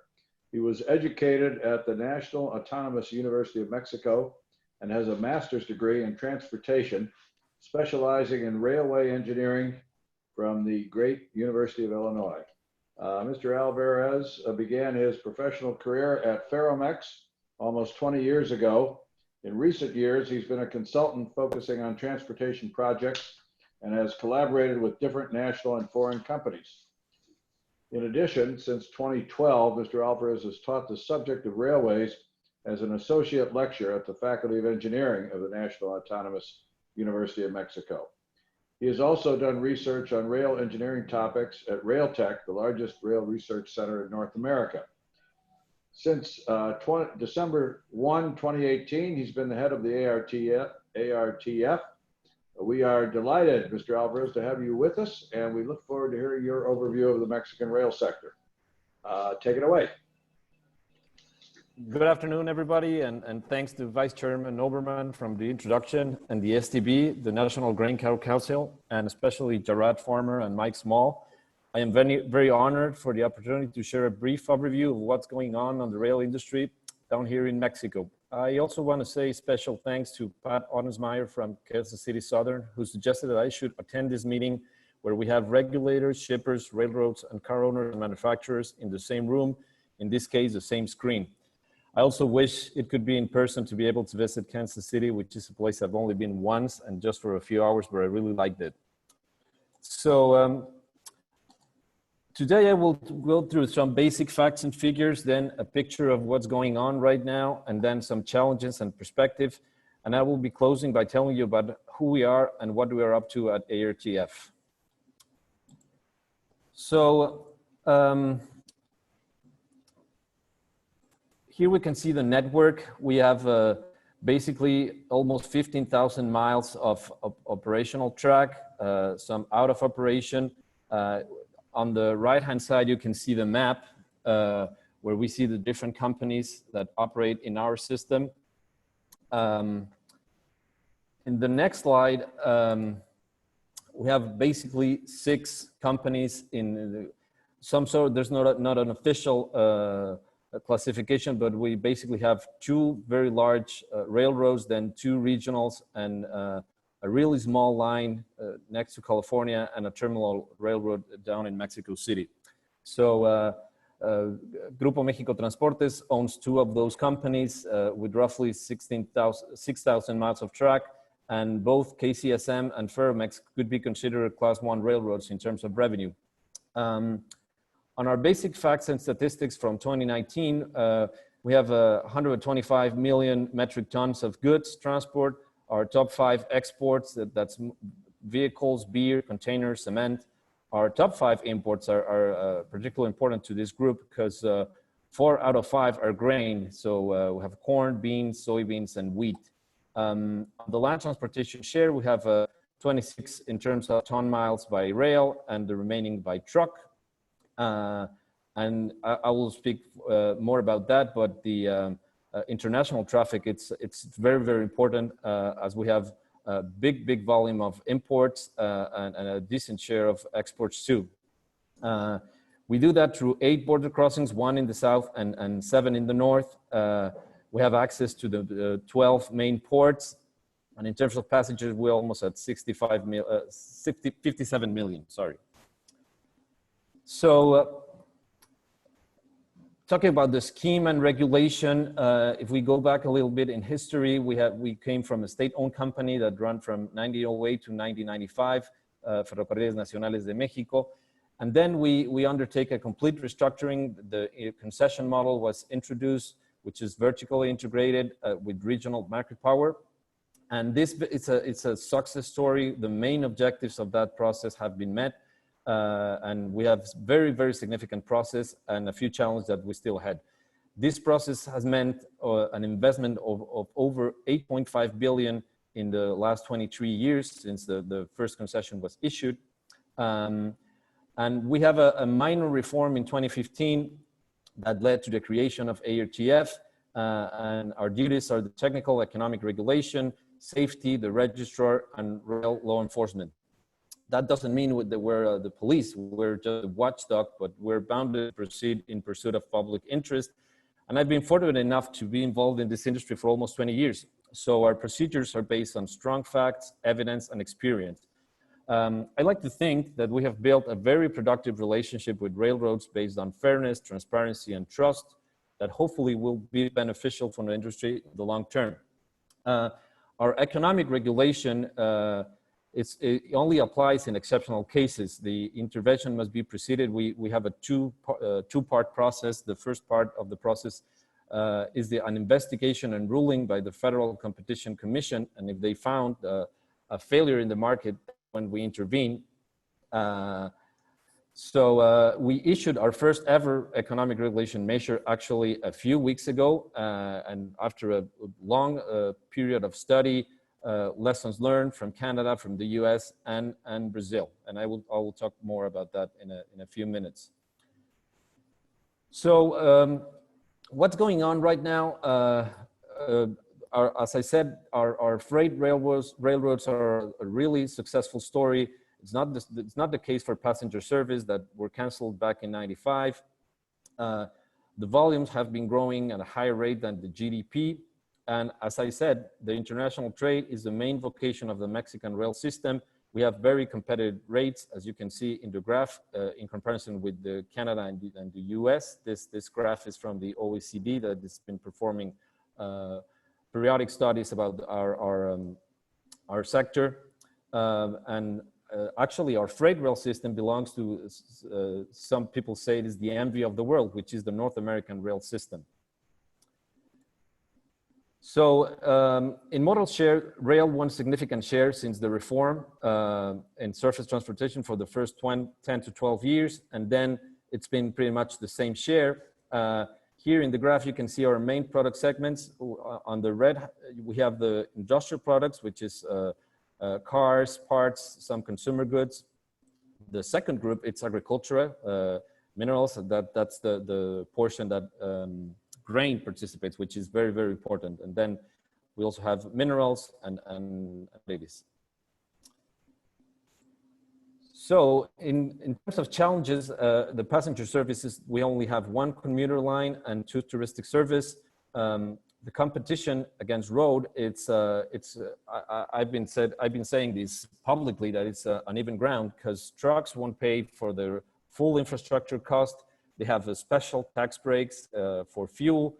Some operate in informality and even with access to black market fuel.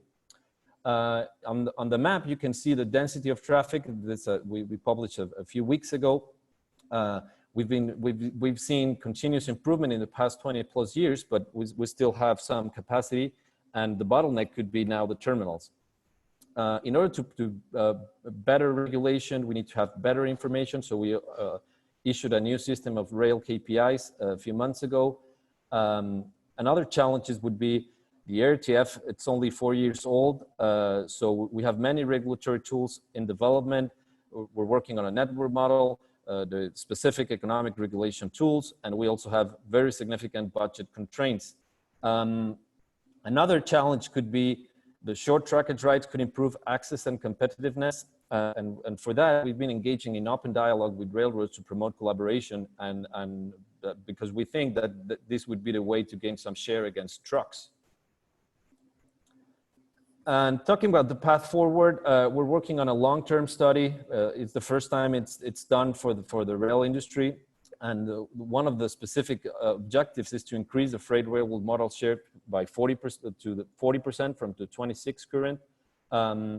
We also want to bring back passenger service, considering a scalable and interoperable network through a medium-sized project, except for the Mayan train that maybe you heard of, that it's maybe the main infrastructure project of this administration, that it's going to be for the southeast of the country.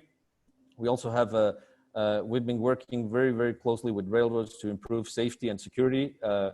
We have strong issues with grade crossings and also strong issues with external security. So we're working on that.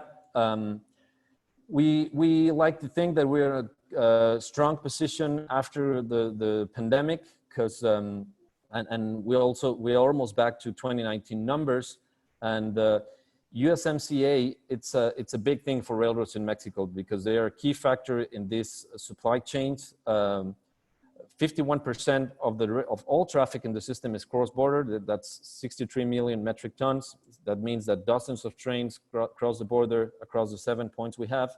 And integration with the US and Canada, we've been working very closely since the pandemic started. We set up a monthly call with FRA and the Canadian Transportation Agency, and hopefully we can establish a similar scheme with Transport Canada and eventually with the STB. And I discussed this briefly with board member Fuchs in a meeting in New York in November. And please bear with me a couple of more minutes to tell you about who we are. So we are the concentrated body from the Secretariat of Communication and Transportation with the direct report to the Secretary. We have a 70 people staff plus trainees and interns, very committed team, very professional. On average, in these past 4 years, we've exercised a 6.2 million budget every year. And about our duties, we actually play half the role of the STB. As I said, the Federal Competition Commission does the first part. We also do most of the role of the FRA, except that we don't fund or build any projects, and the rail part of the National Transportation Safety Board. Our recent developments, as I said, we issued our first regulated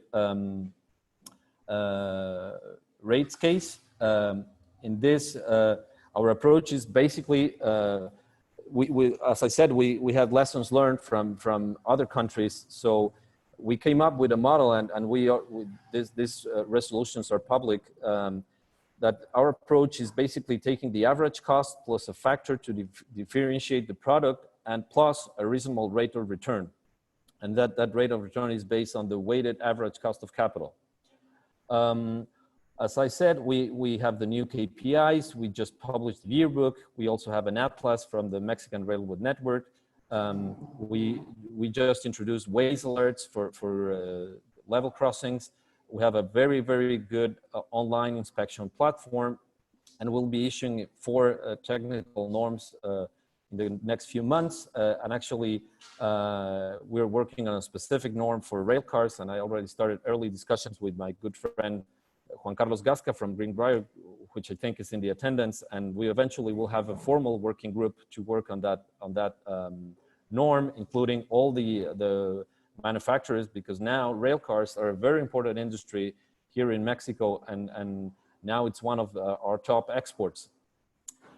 So on that note, thank you again, everyone. Please visit our website. We have a lot of maps and information that railroaders enjoy. Thanks again to the STB, Vice Chairman Oberman, Mike Small for the opportunity, and everybody else in the meeting for your attention. And if you have any questions or comments, I'll be happy to take it. Thanks. Thank you, Mr. Alvarez. We do have a question from James Matson. James, if you want to come on, thank you very much. Is there any agricultural traffic moving from Mexico to Guatemala, either direction? Actually, not right now. The bridge had some structural issues. It was severely damaged back in 2005, and it took many years. Actually, just last year, the Mexican side of the bridge was rebuilt, and in Guatemala they already have a terminal on their side, but their part of the bridge is still pending for repairs. So hopefully that will start in maybe next year, I guess. Thank you, Mr. Alvarez. Any other further questions from the Grain Car Council members? All right, I'm seeing none. Thank you very much for your presentation, Mr. Alvarez. We really appreciate it. Thanks, everybody. And next, I will bring back Jared Farmer to introduce our next speaker. Jared? Thanks, Michael. Next up, we're going to welcome Daryl Wallace to give us an OT57 update. Daryl began his career in transportation over 50 years ago in Enid, Oklahoma, where he was employed by Union Equity Cooperative Exchange. He worked for Union Equity for 25 years, serving as Vice President of Transportation. Upon the merger with Farmland Industries in 1992, he moved to Kansas City and headed up Transportation Department for the newly formed Farmland Grain Division. In 1994, Daryl accepted a position at United Grain Growers in Winnipeg, Manitoba, and headed up the UGG Transportation Group. In 1998, Daryl took a position with Bunge North America and moved to St. Louis, where he served as a vice president transportation until March 2012, when he began his own consulting firm, Wallace Transportation Consultants, LLC. Daryl is also currently serving as executive director of North American Freight Car Association. I'd like to welcome Daryl for the OT57 update. Thank you. It's a pleasure to be here to talk about OT57. I did visit with the National Grain Car Council, I believe last September, about OT57, but that was prior to the actual implementation. So some of this may be a little bit repetitive. If it is, I apologize. But what I want to do today is next slide. I want to give you a very brief background about North American Freight Car Association. Then I'm going to jump into operating authority for private rail cars. We'll first look at OT5, talk about the background on OT5, what some of the issues were with OT5. Then we're going to jump into Circular OT57, talk about some of the changes from OT5, look at the registration of equipment, and then talk about the new process. North America Freight Car was first organized in 1994 to deal with issues related to private rail cars. Our goal is to protect the interest of the manufacturers, owners, and non-railroad operators of private rail cars. We're currently made up of 39 members who own and operate in excess of 760,000 private rail cars. Our members are rail car manufacturers, rail car owners and lessors, and shippers who own and or lease rail cars, and we have a few associate members. If we look at AAR Circular OT5, it's basically loading authority to operate private rail cars on railroads. The first OT5 circular was issued in 1962, some 58 years ago. Back then, the ownership of the fleet was significantly different than it is today. Back then, about 95% of the fleet was owned by the railroads. Today, over 74% of the fleet is owned by shippers and third parties, with remaining cars owned by the railroads and TTX. NAFCA's predecessor, a group called Scott 5, or Shippers Committee on OT5, filed a complaint with the Interstate Commerce Commission in 1989, which produced the rules, the current OT5 rules that we've been operating under. And I just want to read you a brief excerpt from those rules. The controlling entity must apply for loading authority. Applications for the use of private cars with specific railroads should state the name of the controlling entity, the name of the originating line haul carrier, the specific car numbers, and if known, the stations and industries at which loads are intended to originate should be provided. Application approval for shipper-provided cars cannot be denied by the carriers except for reasons of safety, mechanical factors, or inadequate storage space. So the key provisions in a Circular OT5 is that carriers cannot deny shippers the right to provide their cars, except for safety issues, mechanical issues, or inadequate storage. The ICC ruling back then also stated that the carriers cannot deny the use of private cars for commercial reasons, which basically covered everything else. Pardon me. You'll notice that it did not say anywhere in there that commodity was a requirement. It also did not say that loading location was a requirement. It said if you know the loading location, you should provide it, but loading location is not required. In 2008, the OT5 application, which had been a paper-based process, was migrated to an internet-based online application and approval process. The new online process became problematic almost immediately. Some carriers were trying to use OT5 as a capacity planning tool. We saw commodity codes and loading location now being required in the online process. And we saw excessive delays in the approval process, with some of the delays being 30, 60, or even 90 days. We also saw some applications being rejected or delayed, and some of the reasons were open maintenance advisories, and even storage plans might not include 100% of the cars. We also saw carriers began assessing charges for OT5 violations. We saw some charges being issued if a shipper loaded a commodity in a car, if that commodity was not listed in the initial OT5 application, even though commodity is not required in the OT5. We saw charges being assessed if a shipper loaded a car at location not listed in the initial OT5 application, even though loading location is not required in OT5. And we saw charges being assessed if a car was loaded and the OT5 application had not been approved, even if that carrier had been sitting on that application for 30, 60, or even 90 days or longer. So in the fall of 2018, we wrote the AAR and said that the system wasn't working. Some of the carriers were not following the rules. So on November the 27th of 2018, we've then sat down with the AAR, the 7 Class 1 carriers, and began discussing the problem. At that first joint meeting, next slide. At that first joint meeting, it was determined that the OT5 application approval process was not working for either side. And a good example of that is, of the 1.2 million private cars that were in service, if I recall the number correctly, there was over 3.4 million OT5s that were registered. We also decided at that meeting that a new system should be developed. And under that system, the railroads would no longer approve private cars for loading. Mechanical data would no longer be reviewed. Commodity information would not be required. Loading point information would not be required.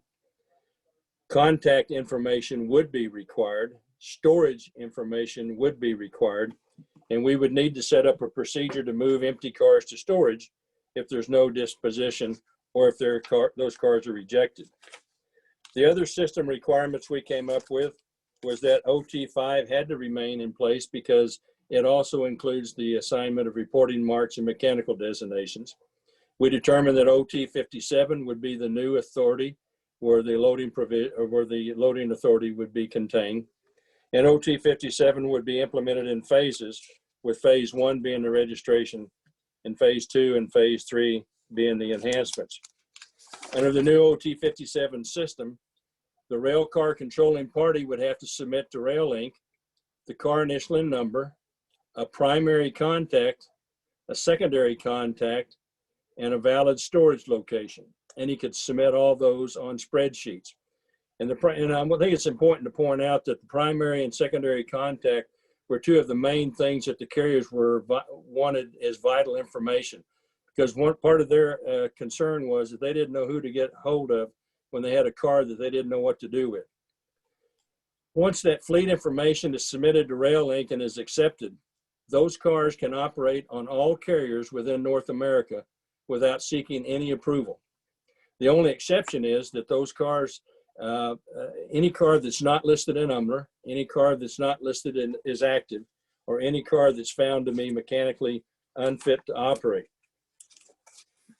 We also came up with a new system for sending a car to storage if a car is rejected at destination or there's no disposition on a car. So if a car is rejected at destination, the carrier will notify the controlling entity if they need disposition. That's determined as the free day. Controlling entity then has 2 full days to give disposition on the car following the free day. That's day 1 and day 2. If they do not respond, then the carrier will give a notice to the car owner that they have 24 hours to give disposition. That's day 3. If the car owner does not give disposition, then the carrier will give notice to both the controlling entity and the car owner, giving them a final 24 hours notice to give disposition. That's day 4.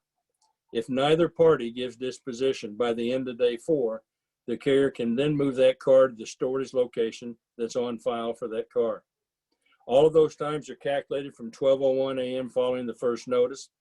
Business days apply only to the first 4 days and not the 5th day. So if the 4th day expires on a Saturday, then Saturday counts as the 5th day. We also decided that we would allow 4 holidays to be counted as free days, and that's Christmas Eve, Christmas Day, New Year's, and Good Friday. We also, we developed this little matrix, and we're not going to go through it. It just shows you how many days will transpire when the weekends are involved. You'll notice that 6 days are included, or the minimum amount of days that are involved 8 days are the max, and that does not include any of the 4 holidays. So if the holidays are involved, then you have a few extra days included. When we look at implementation, OT 57 was actually put into production on December the 12th of 2019. Shippers were allowed then to start registering their fleets on December the 12th. January 2020 was a transitionary period with OT5 and OT 57 running parallel from December the 12th and through February the 1st. OT 57 then became effective on February 1 of 2020. As of September the 1st, 1,007,416 private cars have been registered. That's 90.7% of the existing private fleet that's been registered. 1,425 companies have created fleets. 4,397 fleets have been set up. RailLink has reported that there's no negative issues with implementation or with operation of OT 57. I know that in the beginning there was a few cars that were having a hard time getting updated in the fleet because they were operating on one fleet or another, but those issues were worked through relatively quickly.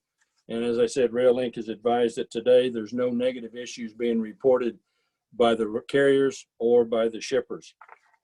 Phase 2 is development is underway. Electronic communication between the application and railroads has been developed and is being tested with several carriers today. Development has now shifted to communication required to support contract and escalation provisions of the circular. That has to do when a car is rejected, and we've got contact information going back between the carrier, the controlling entity, and the carrier and the car owner. That's going to be a communication that will be automated, and that is in development. RailLink has advised that all phase 2 development will be completed and implemented this calendar year on time. Phase 3 development, the Joint NAFTA and Equipment Asset Committee TAG has decided not to request any additional development resources for 2021. The enhancements that we were looking at for 2021 had to do with fleet management for shippers, and we've kind of decided that based on the way things are operating now, we don't see a need for that additional enhancement. If that becomes an issue, we will look at that in the future. Before I turn it over for questions, I just wanted to say that I think, OT5 and OT 57 was a collaborative effort of the Class 1 carriers, the AAR, RailLink, and NAFTA. We took a problem that had been festering for years, and we sat down, and nobody came into the meeting with any hidden agendas, and we sat down without any lawyers, and we created a new and better system that's going to benefit all parties for many, many years to come. And I just wanted to thank all the carriers, the AAR and RailLink, for all the hard work and effort they put in with NAFTA to create this new system. And with that, I would thank you for your attention. And if there's any questions, be glad to try and answer them. Thank you very much, Daryl. Do any Grain Car Council members have a question?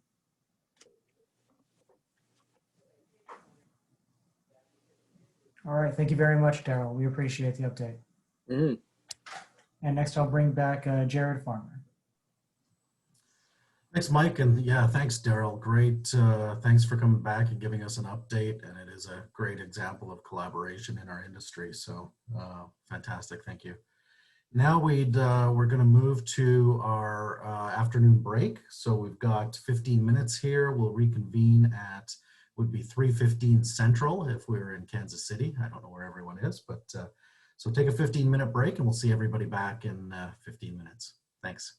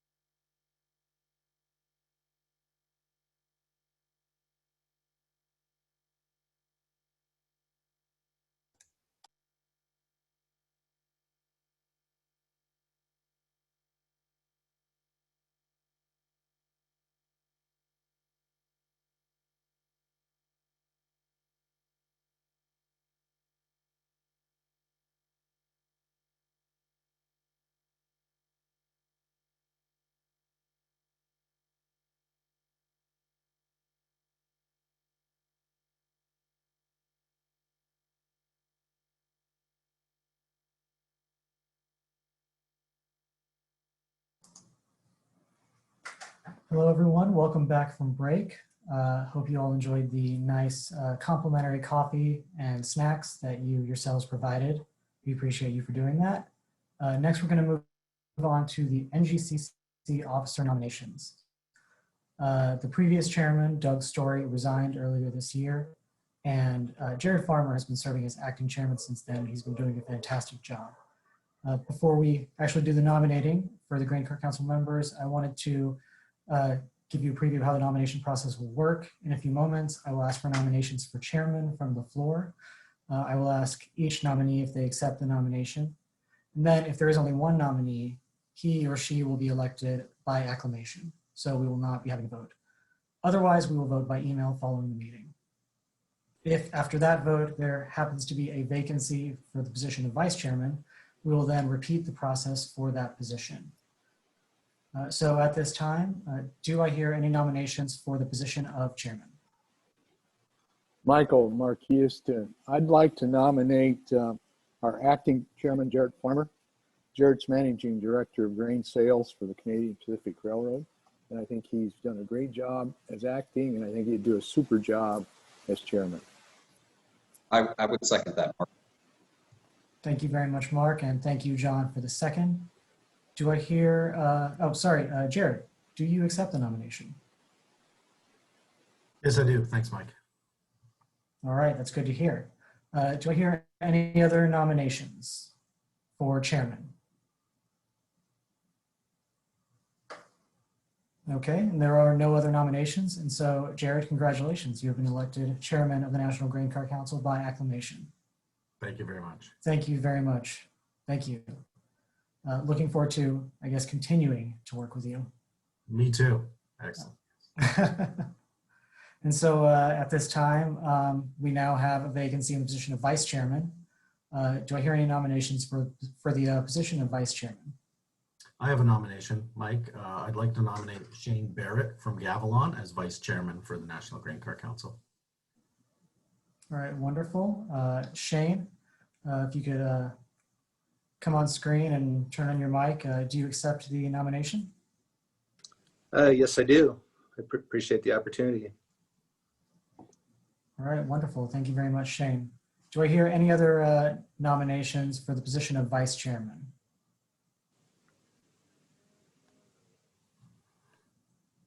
All right.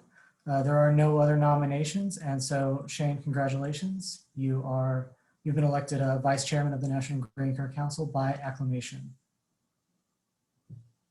Welcome. And I look forward to working with you. Next, next we're going to move on to the rail equipment overview, and I'm going to hand it over to Jared to introduce our speaker. Thanks, Mike. I'm happy to introduce today for our rail equipment update, Tim Sheeter, Vice President Sales and Group Manager for the Greenbrier Companies. With more than 40 years of experience in the rail car sales and leasing business, Tim Sheeter has witnessed and contributed to meeting the ever-evolving needs and expectations of railcar customers. By the time he joined the Greenbrier Companies in 2014, he had already amassed a dynamic knowledge and understanding of the railcar industry, primarily due to his previous employment with other major lessors and manufacturers, where he developed and oversaw their sales and marketing teams. He currently manages a sales team with customer responsibilities stretching from the Midwest to Texas and east through the Mid-Atlantic and Northeastern states. Tim started his career at Price Waterhouse in Chicago following his graduation from Indiana University with a BS in accounting. Currently, he resides in Plano, Texas with his wife, Sandy. Welcome, Tim.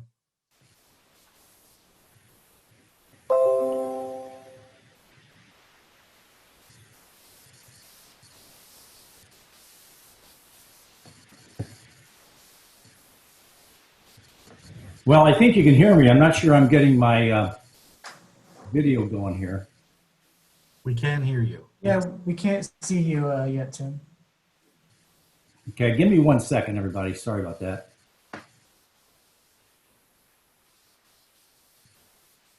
I was working earlier. So anyhow, let me go ahead and start so we stay on time. I appreciate it. Jared, thank you very much for the introduction. I'm pleased to be on this presentation group today. And hello, everyone. I'm sorry I can't get my video working, but I think a lot of you know what I look like. And maybe to go back to where Greg Twist started his comments, I probably have a better radio voice than I do on a video. So we'll leave it at that. I want to start today, obviously, with I guess surprisingly, an overview of the Greenbrier companies. And so if you would, Mike, go to slide 1, I'd appreciate it. First slide here is really just a snapshot of Greenbrier's global footprint. And we have a large network of manufacturing shops. We have repair shops. We have wheels and parts facilities. We are the largest railcar builder in South America. We are the largest railcar builder in Europe. And with our acquisition last year, the ARI facilities in the States, we are now one of the largest railcar builders in the world. So that's the first thing. The second thing I want to point out is we're headquartered in Lake Oswego, Oregon, and we have operations, our manufacturing operations in North America. 3 major areas there's 3 major facilities in Mexico and 3 major ones in the States. Next slide, please. This gives you a little bit more detail on our manufacturing operations. A couple of things to point out here. Hang on, I'm gonna get my video going. Maybe. Yeah, hopefully you can see me. Anyhow, on the global scale, we can manufacture 35,000 rail cars a year if the demand was there. We've got over 100 unique rail car designs. And I guess the point I want to make here is that we can build covered hopper cars. I know a lot of you have international operations. We can build covered hopper cars not only in the US and Brazil and Mexico, but in Poland and Romania as well. The operation we have right there you see in Turkey is it's a manufacturing operation, but right now we're just mostly doing repair type work just due to lack of demand. So that gives you a quick flavor of what we can do on a world scale. Next slide, please. I want to go back. You don't need to go back to the slide, but I do want to make one other point. About 80 to 85% of our capacity is in the North American market. So that gives you a flavor of just how big we can be in the North American market. We have lots of capacity. We just need some more demand. Greenbrier, like most of your companies, you've got an interesting history. Greenbrier is a relatively young company. We were founded in 1981 by Bill Furman, who's still our CEO today. He's chairman of the board. He just recently, or last year, he stepped down as being president, if you will. But he and his partner, Alan James, founded the company in 1981. They were in a 2-story house in Portland, Oregon, when they founded the company. And just 4 years after that, they bought a manufacturing operation from FMC Corporation, and they began building rail cars, really for the intermodal market and some box cars, with TTX being one of their first and most important customers through that time period. 13 years after we were founded, we were on the New York Stock Exchange. We're traded under GBX. We have a market cap of around 900 million.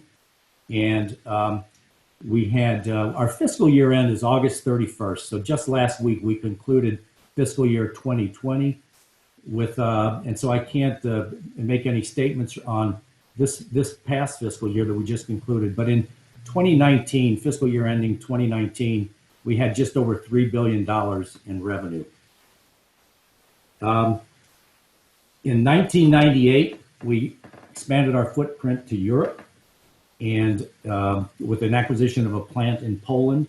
And then in 2006 was a big year because we diversified. We were building grain covered hoppers already, but we expanded our hopper car line into the plastic pellet industry and so forth. It also began production of tank cars, and that was a big expansion there, and that's really why I'm at Greenbrier today. So that was a big deal in terms of, from my perspective. And then we had some gap there where we really had to, make sure we were being efficient at what we had already. And then in 2017, you can see we expanded further into Brazil. We already had a presence, but we took the majority ownership in the operations in Brazil, and that's called Greenbrier Maxion. And then we also took majority operations of the Astra Rail, and we have Greenbrier Astra Rail now in Europe. In 2018, we formed a JV. It was in Turkey and in Saudi Arabia. Have that JV and we've done quite well, honestly, in SAR with the Saudi Arabian Railroad. And then Turkey, I mentioned, we're basically in a repair operation there. And then in 2019, we did another large acquisition, and I mentioned that previously. It's the ARI acquisition, and it really helped us complete our tank car and covered hopper car product lines. So that's been a big boost to us as well. Next slide, please. So I mentioned we started in the manufacturing business in FMC when we bought the facility out in Portland. And we've always prided ourselves on our manufacturing excellence. We continue to do that today. That's been the foundation of our company. And we continue to invest in robotics for welding. We also have instituted lean manufacturing programs throughout our manufacturing facilities and our repair facilities. And then we're obviously proud of all the awards we've received over the years from not only certification awards, but also the TTX recognition that we've achieved from back in 1985. We've got an integrated business model. Again, we build on manufacturing, but we also have a repair operations, as I mentioned. We have wheels and parts. We have a leasing arm. We do management services. And while we only own about 8,800 rail cars for our lease fleet, we touch a lot of rail cars out there because we provide management services to over 390,000 rail cars. And so that's been just a growing market for us.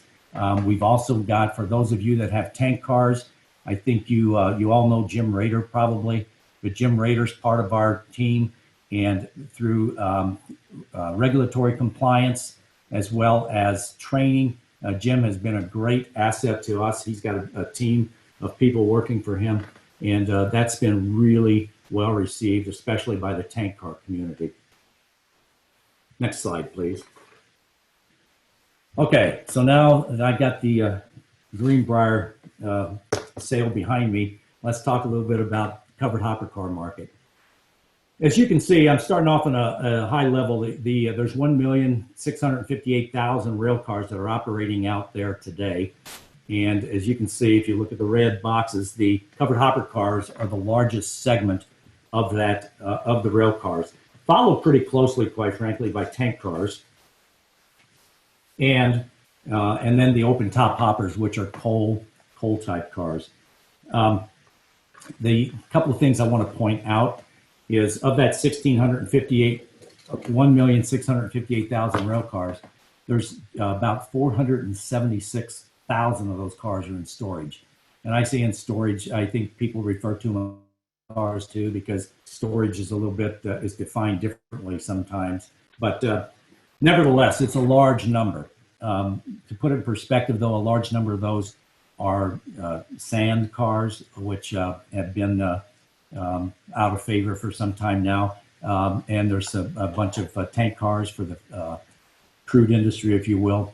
But in any event, there's a lot of cars in storage. Some of them are obsolete and probably will never come out, and they'll be scrapped. But in reality, you'll see as I make the rest of my presentation that we've got to get some cars out of storage before we can expect to build a bunch of new cars. Next slide, please. I'm going to touch a little bit on, some other people have touched on this, and I know the railroads are really going to touch on this, so I'm not going to spend a lot of time, but I do want to show that this has to do with obviously rail car loadings, the year-over-year weekly volumes. And if you look in the April May timeframe, we hit bottom, and this compares 2019 carloads to 20 carloads in the same weekly timeframes, and you see the V-shaped recovery. That's the thing I want to point out here. I'm sure others will do that as well.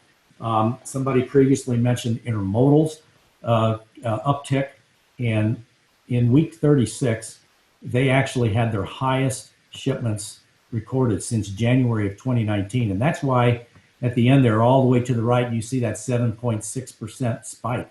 It's because the loadings for intermodal account for more than 50% of the loadings, so they skew the curve pretty quickly. The other big thing to note there is, and I know some of you had some concerns. I think, Greg, you were saying, do we have enough capacity with the railroads and so forth? But look at the loadings. They're up 31.2% in this last week ending September 5th, and the 4-week rolling average is 9.1%. So there's certainly some good trend lines there, at least from a car owner and lessor's point of view. Next slide, please.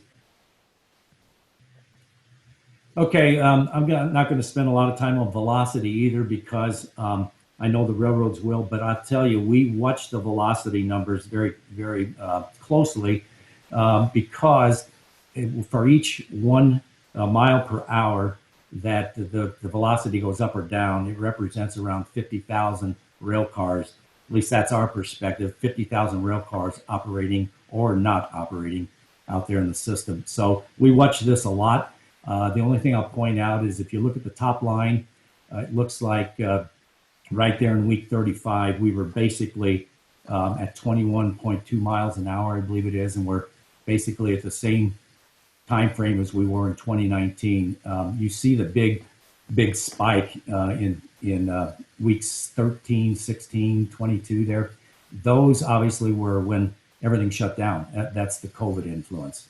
And if you think back to the previous slide, the weekly car comparisons were way down as well. So those two obviously map each other. Next slide, please. All right, bringing it down even further, there's about 255,000 medium covered hopper cars out there in the system. Just to let you know, I talked about cars in storage. There's about 50,000 of these cars in storage. Now, I think it's just under 50,000. So it's about 19% of the fleet. But like I mentioned previously, there's some older cars in there. There's some cars that probably will never come out and be in service. But I will tell you, we've seen an uptick in demand, not only just Greenbrier personally, but if you look at cars coming out of storage, the cars coming out of storage last week, I should say last month, the month of August, 4,658 cars came out of storage in this car category. So that's the first, I guess we'd say, where cars were coming out of storage a month in quite some time. So that's a good sign, and I think that trend will continue. As the deliveries there for this year and next year, through 2025, the forecasts are around 6,400 cars annually to be built. The backlog right now is only 4,554 cars. That's as of Q2, so basically June 30th. But there is still somewhat of a backlog there. And then we have reasons to be optimistic. When I say the 6,400, a lot of that, quite frankly, is going to be replacement business of some of the smaller, less utilized cars. But in reality, it's still business to construction business, and we focus on that. We have other reasons to be optimistic. Obviously, if you look at the robust demand that everybody's been talking about for the harvest, the upcoming harvest, we're not real sure what all that means yet for new builds, but it certainly should be good for cars coming out of storage. At least we hope so. And we've also got optimism around the opportunities that I show you there. The Canadian railroads have been basically showing record grain movements for quite some time now. And as I mentioned, there's about 6,047 50s, if you will, that get scrapped each year. They don't all necessarily get replaced, but a high percentage of those cars do. Next slide, please. All right. On this slide, really what I wanted to just talk about was give you a breakdown of, on the left side, you see the breakdown by car size. 43% of the cars operating out there are 5,200 cubic foot cars. There's still a lot of 4750s. You see it there, 31%. And other car types, and those would be for potash, soda ash, maybe some sugar cars, and fertilizer cars. And then the 6% is the 5,400 cubic foot car. But over on the right side, there's a breakdown on the gross railroad cars. Still 34% of the fleet operating out there is less than a 286 gross railroad car. So we feel there's a lot of upside in the future for building, replacing those smaller cars. Next slide, please. Here's another slide that shows optimism for railcar builders, if you will. If you look at the blue, everything above 5,000 cubic feet represents is represented in blue, and you see all that to the left side.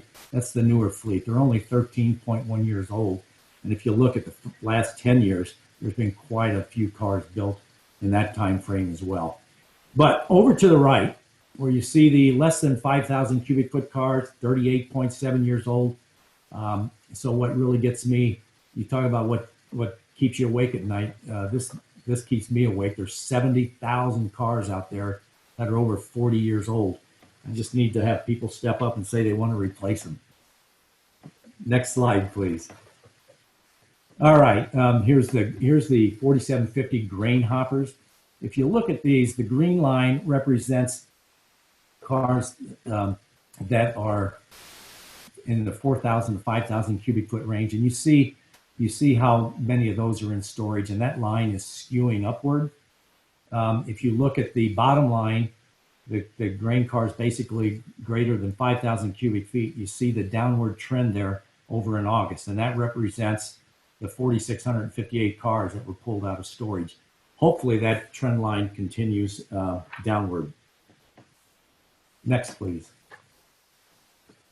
Okay, this is just a utilization. This just really supports the previous slide. If you look at the top line, the 5,000 cubic foot grain cars, 86% utilization.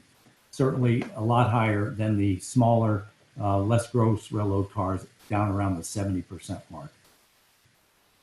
Next, please. And this is just basically going back to 1992. Take a look at all the grain car loadings that occurred over the years.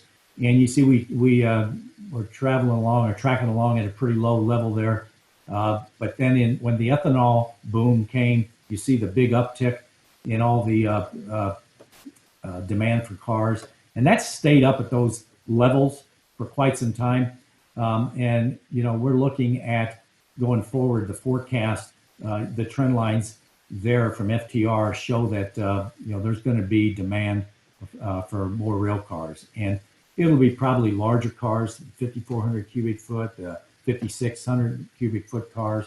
And then there's, there'll be other car types too, in terms of plastic pallets, things like that, relevant to this group.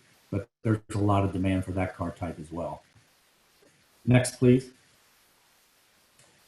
On the delivery, this is a 6,400 medium covered hopper car delivery forecast.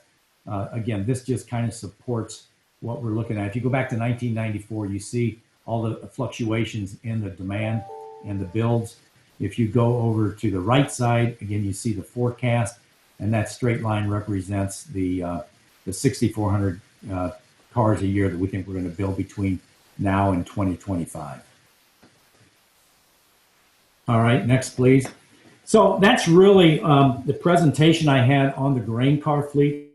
With I want to make sure that everyone on this call understands that, you know, we don't just sit around and rely on past performance and so forth. You need some assurances that we are that this industry can rely on Greenbrier for future innovation. And I want to feature one little deal here that we've introduced. We actually introduced the Tsunami Gate last year in Minneapolis at the RSI show up in September a year ago now. And some of the design features of this car, it's a 5,185 cubic foot car. It's a shorter car. It's 5 feet 6 inches shorter than the current grain car designs. It allows for more cars in a unit train, but it's aerodynamic. It's a 53% drag on the reduction. We work closely with the railroads, especially in the latter part of the design phase of this car, and it's obviously got some unloading advantages. It can unload in as fast as 30 seconds, but it also provides a customer the ability to unload it, to regulate how fast it unloads. And I want to just show a little clip of how this operates, and then that'll conclude my presentation.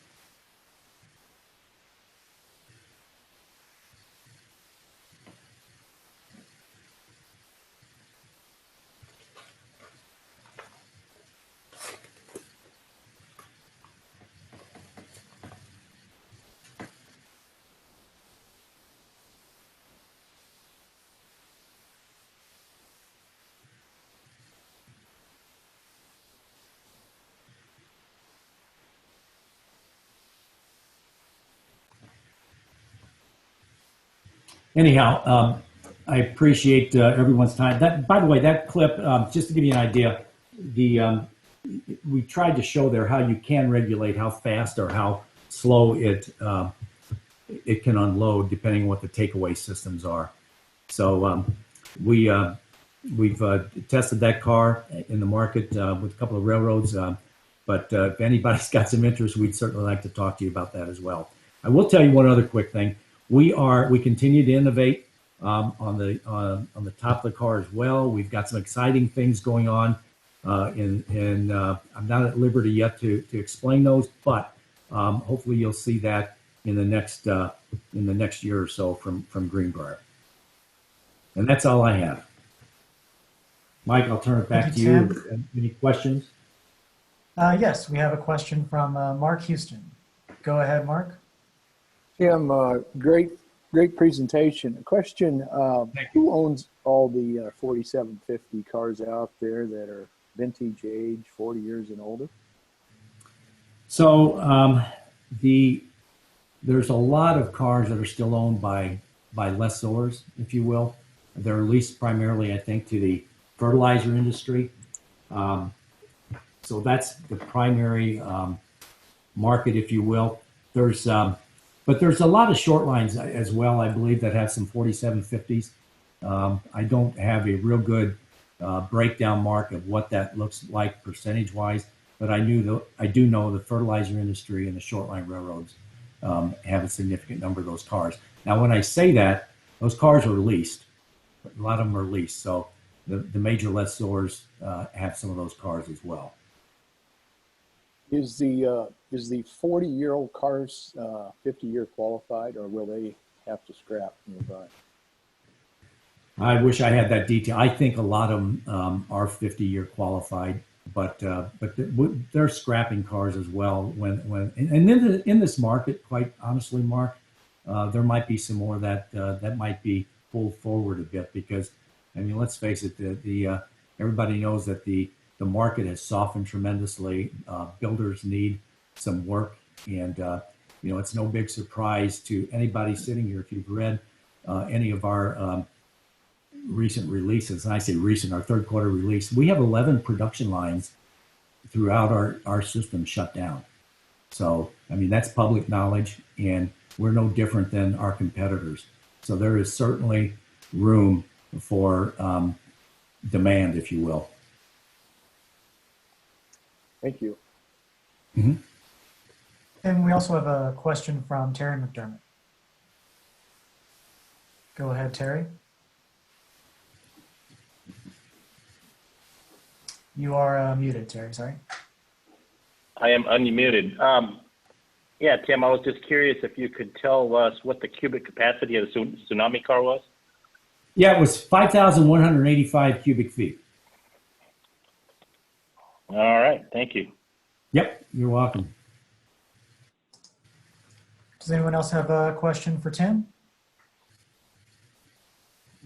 All right, Tim, thank you very much. Thank you, and thanks, Looks like no more everyone. questions.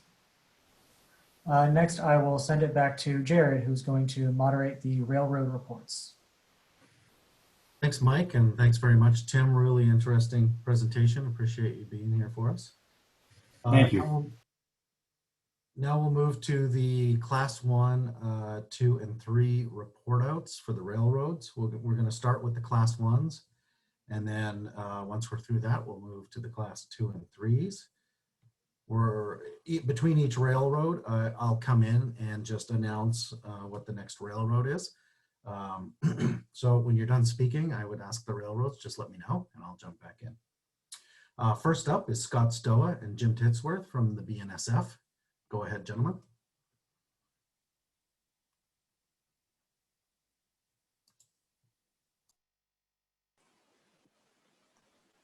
Jim, you're on mute. Yeah, I thought I was unmuted, but I guess I've got the Terry McDermott problem here as well. So good afternoon, everybody. I am Jim Titsworth, BNSF's General Director of Agricultural Development, and really appreciate the opportunity to be speaking with you today. I am joined today by my colleague, friend, and amazing resource, Mr. Scott Stoa. Many of you also know Greg Guthrie, whose footprints I'm stepping into. Greg has retired from BNSF after a long career in the grain and railroading industry. I humbly acknowledge the incredible legacy that he's left behind. BNSF is the largest rail carrier of grain and grain products. Agriculture has been key to us since the very beginning of our railroad over 170 years ago. Many of our employees, including me, are farmers or come from farming families. We serve a large number of agricultural communities, major processing and consumption facilities, and export elevators. Grain is truly in the DNA of BNSF. We are well prepared to again serve our agricultural customers and stakeholders in order to ensure our nation's food supply and the competitiveness of our commodities and products around the world. Market demand, as we just heard, has increased lately, and we've been actively adding resources to align with that demand, as we always do. We anticipate the agricultural market for the balance of 2020 as being near the peak demands that we experienced in the fall of 2016. We quickly responded to that increased grain demand that we just saw in the last 60 days by advancing shuttle train starts and adding 3,000 covered hoppers to our active fleet of approximately 29,000 total covered hoppers for grain service. As noted earlier this afternoon, we'll be running 140 shuttle trains plus our D programs plus our single programs again this year. On the locomotive front, we've been adding more active locomotives. A number of locomotives remain in storage at pre-positioned network or pre-positioned locations on the network in case we see further demand growth. I know you're interested in people, and while the drop in the freight demand unfortunately led to the need to furlough some of our employees, we've been calling those people back to handle the increasing volumes, and we've been very happy with the results. In fact, if you look at how the railroad is running today, we would tell you that we are well balanced with our crew needs and the demand that we have. We expect cycle time performance to be in line with our past results, which means we turn our shuttles about 2.6, 2.7 times a month overall, better in some markets than others. Our grain train speed was recently reported at 23.1 miles per hour. And our local service distribution, gathering and distribution statistics are in excess of 90%. So we're very happy with that. BNSF remains well-positioned and well-resourced to flex with changing freight demands across all of our networks. BNSF has also invested over $65 billion in its railroad since the year 2000, 3.1 billion additional this year. About 80% of that will go to our maintenance projects, for replacing and upgrading rail and ties and ballast and maintaining our rolling stock. We will surface or undercut 10,000 miles of track this year. We'll replace 483 miles of rail and will install nearly 2.6 million new ties. We are committed to investing to maintain a safe and efficient network. We have completed the installation of positive train control infrastructure on all of our federally mandated subdivisions. We did that at the end of 2017. We are also now interoperable, and PTC is active with passenger carriers, including Amtrak, Metra, Metrolink, Northstar, and Sound Transit on our network. Let me assure you that BNSF will continue to communicate frequently with our customers across a number of platforms, and especially our regular direct interactions with our people. We continue to inform customers on how our network is performing by our network updates and via real-time tools, many of those tools new and improved over just the last few years. We believe our railroad is in the best condition it's ever been in, and we are well positioned to handle the harvest. Thank you very much.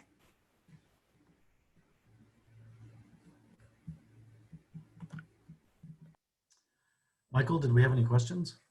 I think we have a question from Brad Hildebrand. Yeah, Jim, Brad Hildebrand. Hey, Brad. A question for you.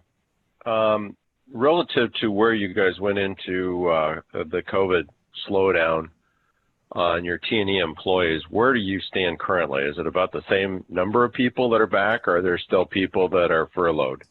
No, we still have people furloughed, and we have adequate furloughs across the system in case we see a traffic, growth back to the COVID levels, pre-COVID levels. Okay, thank you. You bet.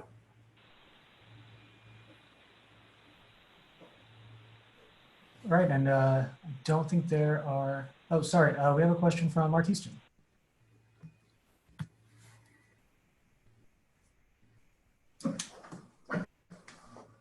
Go ahead, Mark.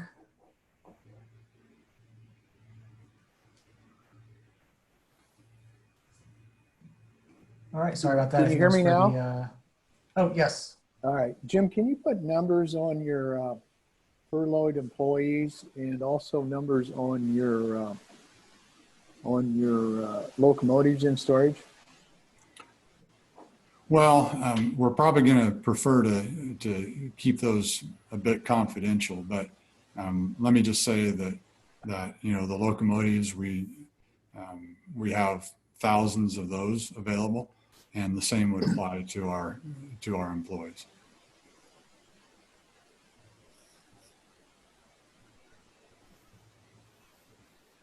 All right, thank you, Jim. I think that's all the questions we have for you. Thank you. Thank you. Thank you. And our next railroad up will be the Canadian National, David Shednovic and Matthew McLaren for Canadian National. Go ahead. All right, good afternoon, everybody. Can you hear me all right? We can hear you great, David. Very good. Thank you, sir.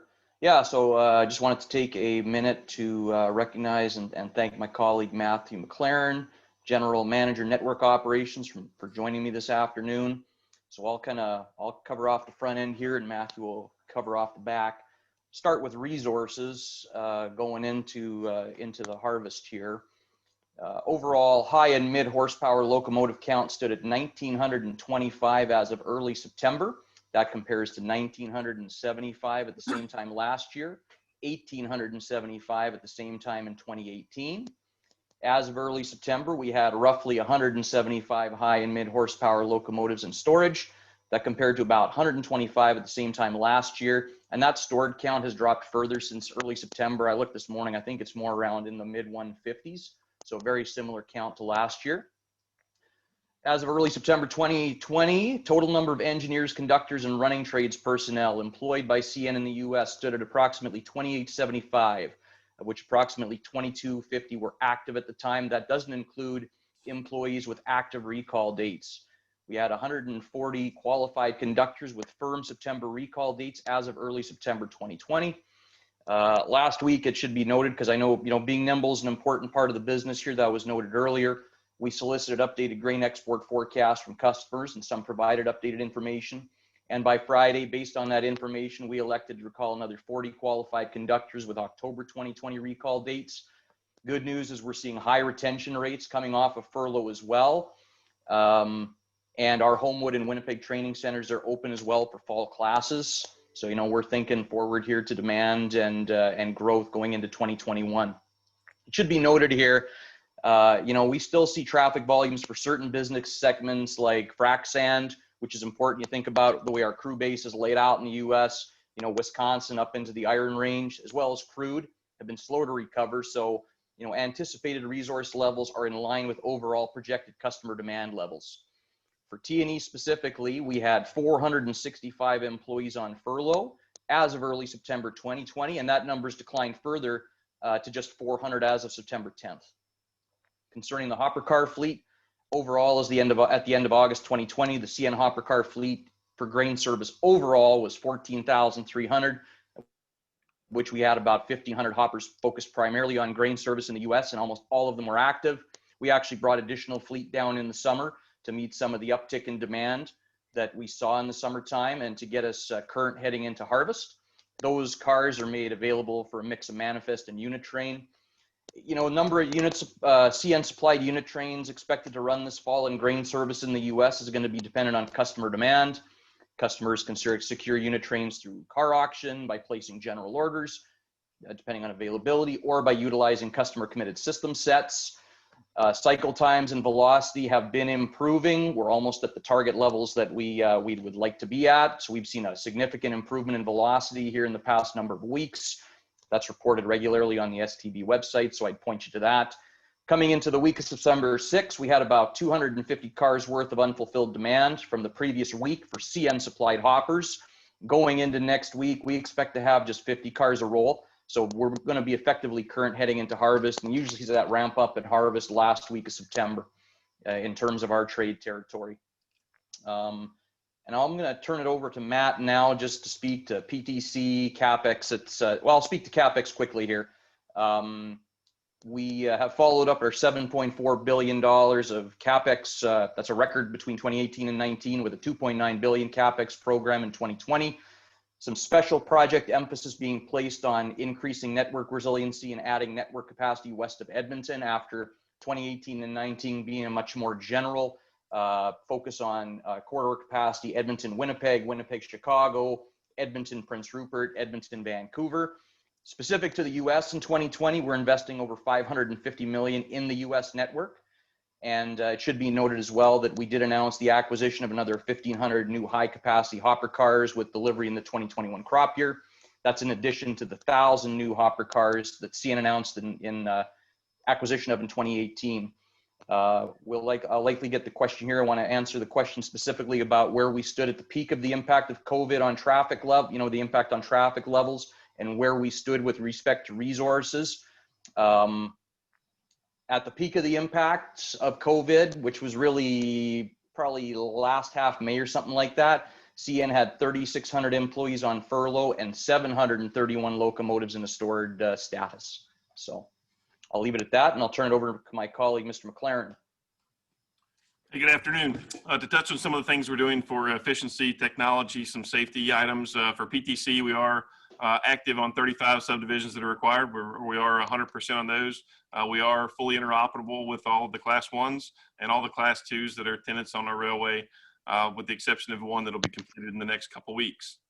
From a technology and safety perspective, other than PTC, and we've invested millions in some I guess, technology from a safety perspective. From an engineering side, we actually produce our own, we've got 8 autonomous track inspection cars. We deployed those last year. So we are actually getting data on the infrastructure that we have in place multiple times a week now, versus what we had before, where we would basically run a geometry car over those same locations every 30 to 60 days. So a huge amount of data coming in, and we're finding a lot of defects and getting those repaired before it's affecting our reliability of our unit trains and other manifest. From a technology, from our mechanical side, we've actually in the US, we've in the last year, we've introduced 2 automatic inspection or automated inspection portholes for a mechanical inspection of cars that at track speed. So we have a total of 7 of those on our network. 2 of those are in the U.S. and they've been deployed here in the last 8 to 10 months. We've also introduced 2 other acoustic bearing detectors that will allow us to find defective bearings prior to them failing live on our trains. So that's also a huge investment that we've made to help find these defects before they find us with a train stop. We got over 865 different types of wheel and bearing type detections and dragging detectors that we have on our network just in the U.S. And we've also, in the last, January of 2019, we invested in a project down in a strategic location of Fulton, Kentucky, where we produced it for unit train inspections and wheel replacements. Since that time, we've inspected over 500 unit grain trains and replaced over 2,000 wheels, a lot more effectively than what we had our process before, where we would have to set the cars off of unit trains, have to get them caught back up, and therefore our fleet size of a unit train would also diminish by waiting on those bad order cars to catch up to their full units. So like I said, over 500 unit trains, over 2,000 wheels we've replaced on specific to grain service for units since January of 19. We have also invested in some of our CTC locations. Through our locations, we saw some issues with throughput. So some of our terminals are now CTC through for a track speed through those locations versus what before was less than 20 miles per hour. So those investments are really, as business is ramping up, has really paid dividends on those. Of course, we're not done. We've got a couple more locations even yet this year for terminals that we're going to increase our throughput through CTC through those locations. From an engineering capital project perspective that we have for the remaining for this year, we've got about another 30 to 40 days of tie and rail replacement in around the state of Illinois. Those are around 7-hour work blocks. We'll have those done mid to end of October. In Mississippi, we've got a large production block there that's going to be completed by next Tuesday. Michigan's going to be completed by this next week.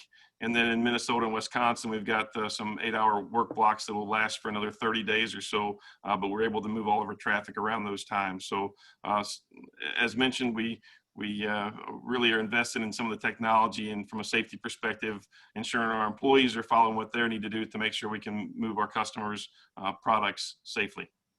So thank you.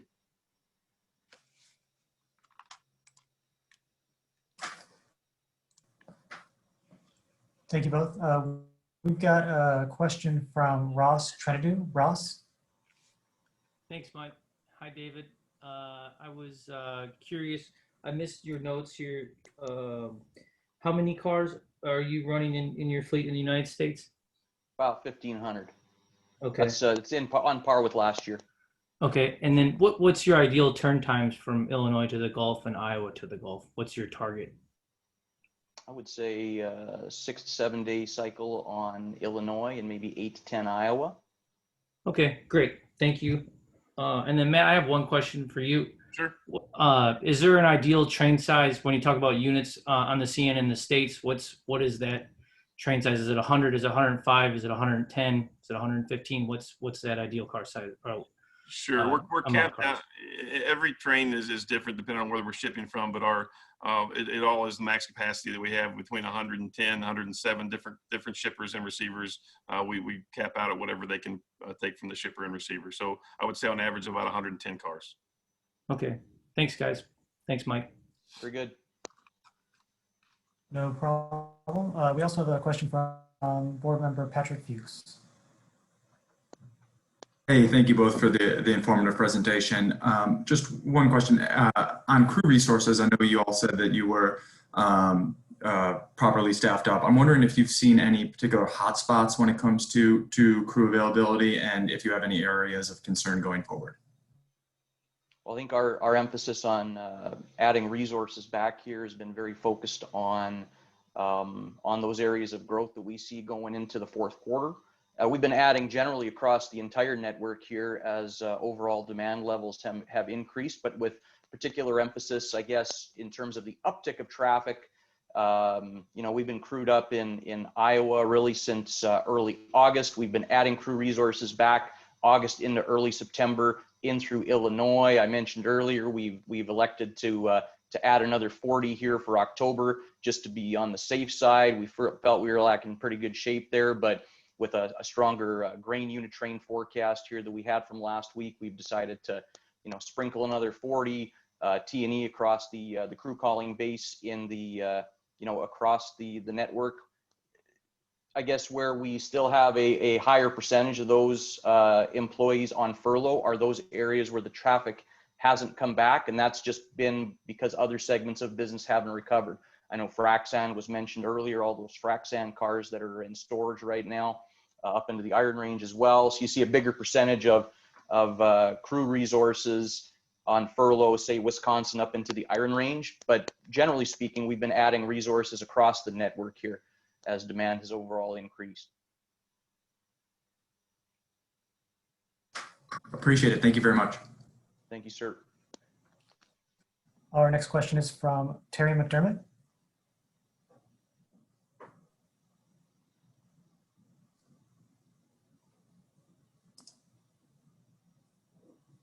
Hello, can you hear me? Yes. Yes, sir. All right, sorry about that. I'm having the issues again here. I'm on my phone audio. David, help me out with some numbers here, if you don't mind. I thought I heard you say that at the COVID peak, you had 3,600 T&E employees furloughed. Is that correct? Yes, across Canada and the U.S., across all of the CN network, yes. Okay, and you also mentioned that does help, but you mentioned now you're roughly 465 on furlough in the U.S. Actually 400, yeah. All right, 400. So what was the U.S. on furlough at peak? About 800. There you go. Very good. Thank you, Mr. McLaren. That was 800 was the number? Yeah, a little over 800. Yes, sir. All right. Thank you guys very much. Very good. Stuff. Thank you. All right, David, Matthew, there are no more questions for you. Thank you, sir. Thank you. Have a good day. Thank you, David and Matthew. The next railroad up is the one I've worked for 24 years, Canadian Pacific, and my colleague John Harmon is going to deliver our remarks today. John? Thank you, Jared. Thank you all for having us today. We'll keep it short and sweet. For resources for the upcoming crop year, CP's is planning to make available 1,000 to 1,100 locomotives, up to 15,500 grain covered hoppers, and 3,600 to 3,800 T&E employees. CP is prepared for the upcoming crop year, and our grain covered hoppers are used interchangeably within Canada and the US. This flexibility allows CP to maximize empty spotting at all elevators across our system, and more than a third of that fleet is projected to be utilized in the US this crop year. With regards to shuttle trains, we anticipate having up to 97 shuttle trains available for our customers to operate during harvest in the US and Canada. And those shuttles now come with a continuous cycle provision, and customers are recognizing over 2 to 3 spins per month. As reflected in our Q2 2020 earnings report, CP's average train speed across all commodities has remained consistent year over year at 22.4 miles per hour. Train weights and lengths are at all-time record levels, up 7% and 8% respectively. As an indicator of car trip plan compliance, our over-the-road train on-time performance to date for Q3 2020 is 96% in the US. That performance is actually an improvement during the pandemic over last year's 92% for the same period. All-in train speed, which includes CP's US bulk, potash, grain, oil, coal, has improved 8% over the same period last year. Regarding our current PTC status, CP is progressing well on full implementation and is committed to completion by December 31st, 2020 as the law mandates. We've completed all locomotive wayside hardware installation and obligatory training and implemented the majority of route miles where PTC must be installed. Work towards full implementation continues. Regarding CapEx, we expect our total 2020 system-wide capital investment to be approximately $1.6 billion. This significant investment builds on our record 2019 investment of $1.65 billion capital program. On June 7th, 2018, CP announced plans to invest more than $500 million over 4 years in new high-capacity grain-covered hoppers as part of our commitment to the ag sector. Our grain customers can expect to see more than 3,300 of these new hoppers in active service before the end of 2020, enabling CP to transport more grain in each train for our customers. Over 4 years, CP is acquiring 5,900 grain-covered hoppers, enabling the complete removal of low-capacity hoppers from the fleet, including all covered hoppers owned by the Government of Canada. And then to answer some of the questions, CP is extensively planning and coordinating resources in order to deliver for our customers and the North American economy. With the declining volume and uncertain macroeconomic environment, CP furloughed approximately 1,000 employees and temporarily parked 190 locomotives across our network. As the volume environment has stabilized, we've been bringing employees back to work, with over 60% expected to return by September, and similarly sizing our locomotive fleet to meet the demand environment. We will continue to adapt resources as required. One of the things that we did during the pandemic was we extended the benefits with our union and have a callback provision within 72 hours, which has been met with great success. CP is investing, like I mentioned earlier, that $1.6 billion in our capital program. We've taken advantage of the decreased volume environment in order to pull forward regular scheduled maintenance and capital work, making use of increased track availability. Our network is well positioned for the upcoming harvest. And I'm open for questions. Thank you, John. Looks like there are no questions for you. Perfect. Thank you all. Thanks, John. Moving on to CSX, we've got Ted Johnson and Jack Veerling from CSX. Go ahead, gentlemen. Hi, good afternoon. Thank you for that. I'm Jack Veerling. I'm the head of our car management department here. I'd like to let you know right off the bat that CSX is ready for the 2020-21 harvest here. We feel like we're in a good position to handle it as it gets here, and we're excited for it to be here. Currently, when we look at our service metrics for 2020, we were at record high levels pre-COVID. Granted, those did shift a little bit as we had the decrease in volume and made some network adjustments. As we are coming out of it and recalling our employees and putting resources back into it, we are getting back near those same levels. So we're expecting to be back where we would before this started. If you look at current system velocity, we're running somewhere between 19 and 20 miles per day right now, compared to 20.7 when we impacted COVID here on 3/1. Our dwell is sitting between 9 and 10 hour range, and it was at 8.5.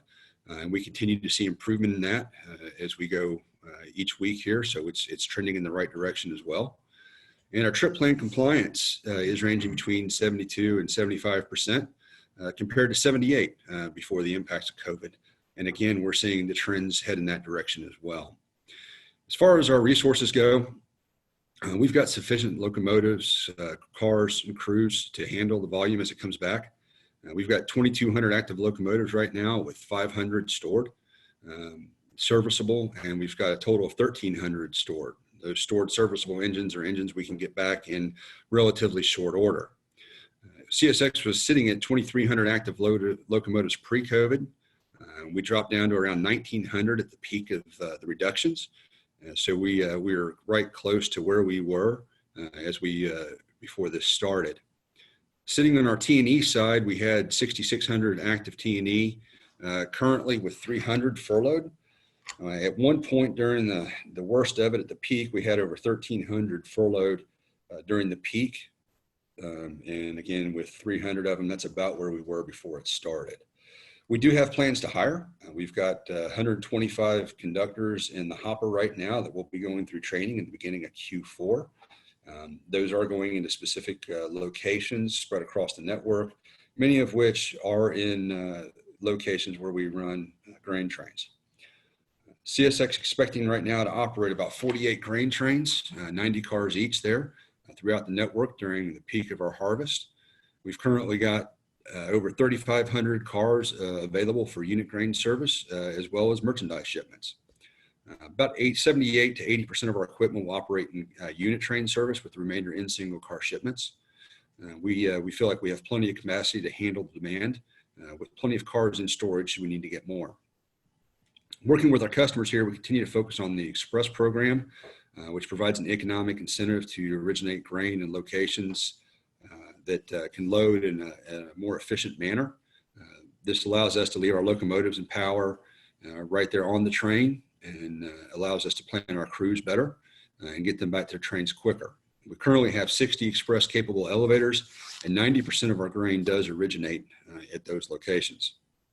Currently entering the third year of our train commitment program that allows our customers to control railroad sets. In exchange for that commitment, they run the sets for 12 months per year. Currently, we have 19 sets in that program, all of them sitting at 90 cars. And that is what is planned, it looks like, for this upcoming harvest. And again, we do have resources available, whether it be locomotives or cars, should we need to grow that number. CSX continues to grow our infrastructure here and invest in it. In 2019, we invested $1.6 billion in capital expenditures. In 2020, we're looking to do the same here, somewhere between $1.6 and $1.7 billion range. As of right now, no capital programs are lined up to impact any of the grain locations throughout the remainder of the year. As the harvest begins, we have most of those core routes will be free and without any track work planned. As far as PTC goes, we are complete with the installation of PTC, and it is active across the network. We're currently operating 13,000 track miles now with that, and we're on place and on track to hit our 2020 deadlines. We estimate we spent somewhere around $2.5 billion to get it up and running here. And the company is looking at over 1,800 locomotives equipped with another 423 radio towers and 4,400 trackside communication devices. Again, CSX is looking forward to this season. And again, we feel very, very well that this is going to be a good season for us, and we're excited to have it. Any questions?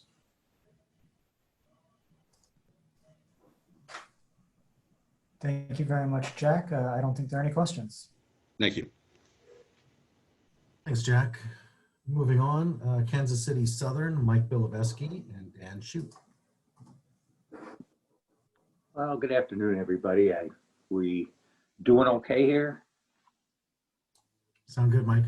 Okay, good. You know, listening to the shipper panel and, you know, what keeps them up, you know, at night. Right now, the railroad panel just put my dog to sleep. It only lasted through about 2 of these. So hopefully I'll do a little better than that. Oh, come on. So, you know, as I mentioned in the past, we're a little different than most of the railroads. You know, we do not necessarily serve what you'd call the traditional export market. And so, you know, our export business is considered Mexico. And, you know, we look at that really as just an extension of our market. You know, so we really don't see the big swings that a lot of the other railroads see.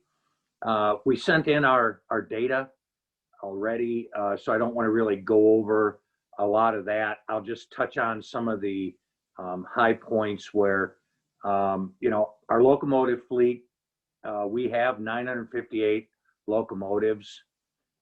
In May, that was down to 670 active locomotives. As a reference, March was, you know, we were going great in March. We had 860 active. In September 1st, that number came back up to 774. Today, we're at 796, and we're expecting to be somewhere between 800 and 810 come October 1st. So we feel pretty good, you know, from the locomotive side. Same with our crew base in the valley, if you want to say. We had 250 crews furloughed. We have about 140 of those, or we have 133 left still furloughed. So about half are back. We feel, you know, we're ready if there is a surge and if we have to pick up something. So, you know, the only thing I'll you know, kind of add here, I'll give a little PSR pitch, I guess. You know, because if you look at what we've done And you guys have been, I've been coming to this meeting for probably 15 years or so. And I think you've heard me year after year after year saying, you know, our covered hopper fleet's turning at 1.2 trips a month, 1.2 trips a month. And so if you look back at our railroad last year, we started the year and we were turning our fleet at about 1.26 trips per month. And at that time we had 150 cars in our fleet. And so our PSR really started kicking in last year. And so by the end of the year, our fleet was turning more in the range. We had some 1.5 months, but I guess on average, you'd say we were, you know, the fleet was turning at 1.4. And then when we started 2020, you know, we were in the 1.5 range.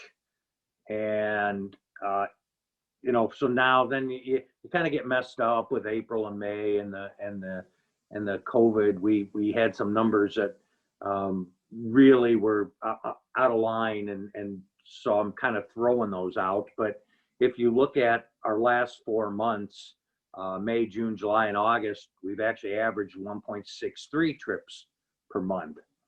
And so what we've done in the process of this, and we probably did it in June or July, we took 300 cars out of our fleet. So then you say, well, how are you going to be ready for harvest? Well, if we, you know, so, and the reason we did that and how we started looking at that is, if you look at our business, you know, last year during the fourth quarter, we actually had a very big fourth quarter. And so looking at our forecast and what we're expecting this year, we're actually expecting 9% more volume this year than we had last year in the fourth quarter. And so if you look at our fleet, it's down to 5,144 cars right now.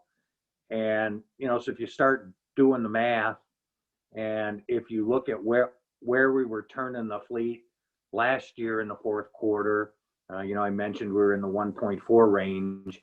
And if you look at where we're turning the fleet today, with the 300 less cars, we actually can move 10% more traffic.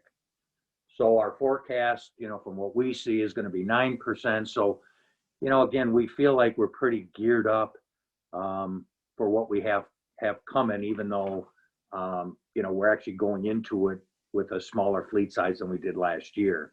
But again, like I say, PSR and our railroad has really been a success for the grain industry. And we see that, you know, kind of going forward, we don't really see what'll change that. So on the only other thing I guess I touched base on is asked about any CapEx projects.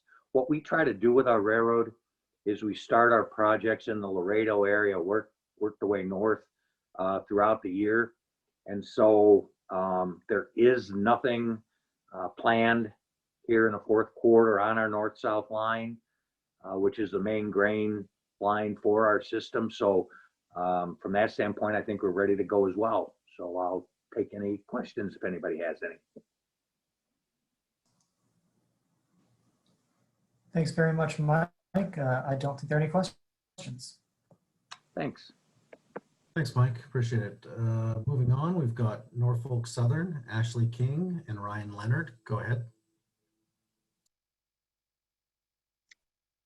Hey, good afternoon. I'm Ashley King with Norfolk Southern and currently a director in our customer service department over our agriculture and forest products commodities. I will start with stating that NS is ready for harvest. We have the cars, the power, and the crews to handle your business, and this is not limited to harvest. At this time, I'll go ahead and dive into the details, reviewing the current status of our network and outlook.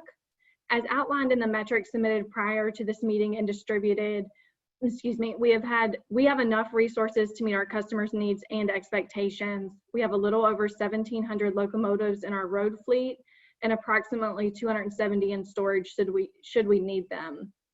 Additionally, as demand exceeded our forecasts, we have recalled some of our T&E employees previously furloughed. We have sufficient rail cars available for our current business levels as well as growth. While we do have scheduled ongoing track maintenance through several of our export corridors, we do not expect significant disruption throughout harvest. To move more into a market discussion, due to the phase 1 trade deal, exports are running very hard this year, which we've already talked about in previous conversations. Norfolk Southern is expecting a strong export year this year and are eager to participate and partner with our shippers. NS is positioned to handle our existing ag business as well as opportunities for growth, including but not limited to truck to rail conversions. There's a capacity dividend with speeding up our network, and we have increased our capacity and have the equipment capacity, so we're out in the market looking for growth. Norfolk Southern also continues to work with our customers on a daily basis in regard to pipeline management and right-sizing our fleet. We have recently rolled out unit train cycle metrics within our online customer portal, Access NS, where our customers can now readily view the same cycle times in their lanes as we do internally. Our shuttle cycle times for the past year have remained consistent. Our dedicated power sets have averaged 10.73 days for the past 12 months, and our most recent month of August 2020 cycle time averaged 10.79 days. Our non-dedicated power sets for those origins or destinations that cannot load or unload in 24 hours averaged 11.94 days for 12 months, with August 2020 cycle time averaging 11.14 days. Improvements are a result of dedicating power to our shuttle loaders and unloaders. At this time, myself and Ryan Leonard, who is also here representing Norfolk Southern, I will open the floor to any questions in regard to anything I just spoke about or the metrics that were submitted prior to the meeting.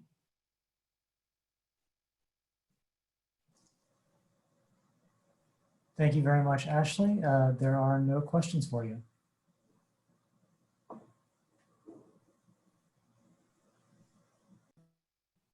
Okay, thank you, Ashley. Next, we're moving on to the Union Pacific, Bruce Cruzy and Jacob Thomas. Go ahead. Good afternoon. I appreciate the opportunity to spend a few minutes now to talk about the steps that Union Pacific has taken to prepare for the 2020 grain harvest. Based on the market feedback and some of the discussion today, we are expecting a very strong harvest season. Union Pacific is well positioned to handle the strong volume due to 1, our current service performance, 2, adequate active resources along with surge capacity, and 3, direct communication with customers through harvest planning meetings. First, our service performance. 1 year ago, I addressed this group. At that point, it had been around 1 year since we had announced Unified Plan 2020, a new operating plan implementing precision scheduled railroading principles. Unified Plan 2020 was rolled out in phases across our network during the end of 2018 and first part of 2019. Historic winter storms and flooding during the beginning of 2019 impacted operating performance and limited our ability to measure the impact Unified Plan 2020 was having on our network. However, as the service interruptions caused by these events were resolved during the summer of 2019, and with a few months of operating metrics post-interruption, last September, I told this group that our service was on pace for record performance. I'm pleased to report this year that we have further improved on that service performance as we continue to execute our operating plan, and we continue to make further service improvements to support a consistent, reliable service to our customers. Our operating statistics support that claim. July year to date, our shuttles have averaged 3 turns per month, which is a 9% improvement versus last year. Our freight car velocity in July was 219 miles per day, which was a 6% improvement versus last year. Around 50% of our grain and grain products business moves in manifest service, and car trip plan compliance for our manifest and auto business was at 72%, which represents an 8 percentage point improvement versus 2019. This strong operating performance will support our customers during this harvest season. Second, resources and surge capability. As everyone knows, and as we've discussed, there have been significant impacts and swings to rail volume. During April and May this year, our volume is down nearly 25% versus 2019. But since then, and the shutdowns have started to ease, we have seen strong volume growth. Our volume now is around 25% higher than the lows seen at the beginning of the second quarter. As volumes declined during the first part of the year, we stored additional locomotives and furloughed TE&Y employees. And over the past several months, as volumes have rebounded, Union Pacific has added locomotives to the active fleet, recalled TE&Y employees, hired additional employees where needed, and taken cars out of storage to support customer demand. Right now, we have around 4,200 active locomotives. We have increased our active locomotive fleet over the past few months as volume has increased, and we will continue to adjust locomotive resources as volume dictates. Additionally, Union Pacific maintains around an additional 7% of our active locomotive fleet in an at-the-ready status, which means that while the locomotives are stored, they are prepared to be activated with little notice, allowing us to respond to short-term or episodic issues or opportunities. We have a fleet of around 14,000 covered hoppers that support grain and grain products commodities. We currently have around 250 cars in storage, but we are actively working to pull every car out of storage to meet demand. With high demand, the car capacity may be tight at times during this harvest season. And so we are also in the process of converting around 350 cars that were in fertilizer service to grain service. Last year, during the fourth quarter, we had around 11,000 active cars supporting grain and grain products. This year, our active fleet will represent over a 25% increase versus 2019. Additionally, with the service that I outlined earlier, we expect those cars to turn faster and therefore be able to handle more loads than would be possible with an inferior service offering. And while there are always ongoing maintenance and track programs throughout our network, we do not anticipate any major programs that will have a negative impact on grain shipments this fall. And then third, communication. Each year we meet with our large grain customers in advance of the harvest season for an annual harvest planning meeting. The purpose of these meetings is to understand their requirements and expectations for the upcoming harvest season, discuss current market conditions, and identify any current pain points that they may be experiencing that we can work to remedy before entering the harvest season. Based on these meetings and due to the other information I've shared today, UP is well positioned to provide consistent, reliable service during the strong volume harvest season. To recap, agricultural products is an important part of the Union Pacific business mix. We appreciate the opportunity to provide rail service for this market. We continue to invest money, assets, and other resources to support the agricultural business, and the continued implementation and practice of Unified Plan 2020 is helping to provide a consistent and reliable service product for our customers. We expect to have a successful grain harvest season by rail because 1, our service is further improved from record levels last year. 2, we currently have, or in the case of cars, are adding resources to handle anticipated strong demand. And 3, we have had direct communication with customers to understand their expectations and requirements. Thank you for your time. Thank you, Jacob. We've got a question from Brad Hildebrand. Brad, go ahead. Yeah, thanks, Jacob. Brad Hildebrand with Cargill. 2 questions, and they're both kind of natural disasters, but have you guys recovered from Hurricane Laura, or are there still some issues with that? And then secondly, are the wildfires out in California having an impact on your network in California? So first, for Hurricane Laura, there definitely were some disruptions related to that. By and large, the outages have been resolved, and naturally when you have outages or issues, there can be a little bit of a backup, and so there may be just a little bit of continued backup from that, but by and large that is all addressed and taken care of. For the wildfires, there have been some issues and delays and reroutes that are required there. As far as I know, it's not impeding our ability to serve any customers, but there may be some minor delays as we're delivering to them. Thank you, Jacob. Checking for other questions, and I think that's it. Thank you. Okay, that concludes the Class 1 Railroad report out for today. We'll move on now to the Class 2 and 3 Railroad report out. And we'll start with Amy Homan from the Iowa Northern Railway. Go ahead, Amy. Good afternoon, and thank you for the opportunity to speak with everyone today. The Iowa Northern obviously submitted our answers to the generic questions And so I won't bore you with that, but we're well positioned going into harvest with all of our locomotives PTC capable and our fleet in a good state of repair. We're ready for both local and export consumption by the market. So wherever the demand is, we're positioned well to be able to handle that. With the onset of COVID, Iowa Northern saw an almost immediate reduction in our grain and biofuel shipments, not knowing the extent of that or the duration of the pandemic. We were forced to make the most difficult decision, I think, in my 15 years here we've ever had to make. And I know I speak for Dan Sabin, who I'm pitch hitting for here. In his 25 years of owning the railroad, we made a very difficult decision to furlough employees. I am happy to say, though, of those employees that we furloughed in April, all but a few have returned to service. And as quickly as our business did go down, we've seen it return. I guess the bright star in the middle of a pandemic, if you can have one, is in the midst of the chaos.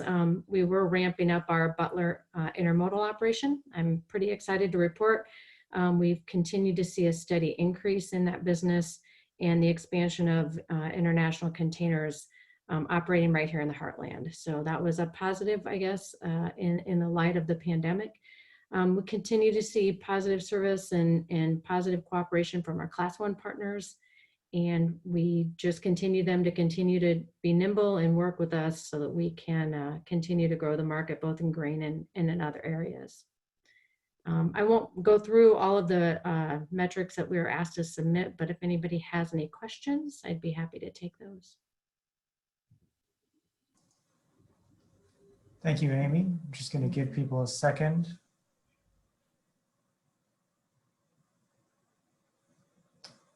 And I don't think there are any questions. Thank you very much. Thank you. Thanks, Amy. Moving on to Doug Driscoll from the Genesee in Wyoming. Go ahead, Doug. Good afternoon. My name is Doug Driscoll. I'm with Genesee and Wyoming Railroad Services. I'm responsible for rail car procurement for our short lines here in North America. Genesee and Wyoming short line railroads are prepared for the harvest. There are approximately 4,500 grain covered hoppers assigned to 6 of our largest short lines that are serving grain customers. Most of those would be assigned to the Rapid City Pier in Eastern and South Dakota and to the Kyle in Kansas. Of all of those 4,500 cars, most of them are running in single car, first mile, short line origin service. On a bright note, over the last 2 months, approximately 150 of the grain cars were pulled from deep storage, and we've shuffled an additional 115 grain cars across short lines in anticipation of projected volumes in different geographies. In addition to the short line supply of grain cars, we also operate some unit and shuttle trains. Most of those are provided by the Class 1s with Class 1 power. There are approximately 136 active locomotives ready for harvest and another 7 locomotives currently in light bad order that we predict to be repaired in the next 30 days. We're not anticipating any needs for additional power rail cars at this time, but will adapt as required. Thanks to many efforts, there were no material reductions or furloughs made to the workforces on these short lines this past spring and summer. Our short lines strove and will continue to strive to work safely through the COVID-19 pandemic while continuing to serve our customers. In addition to that, we're currently hiring and training an additional 8 employees across these 6 short lines.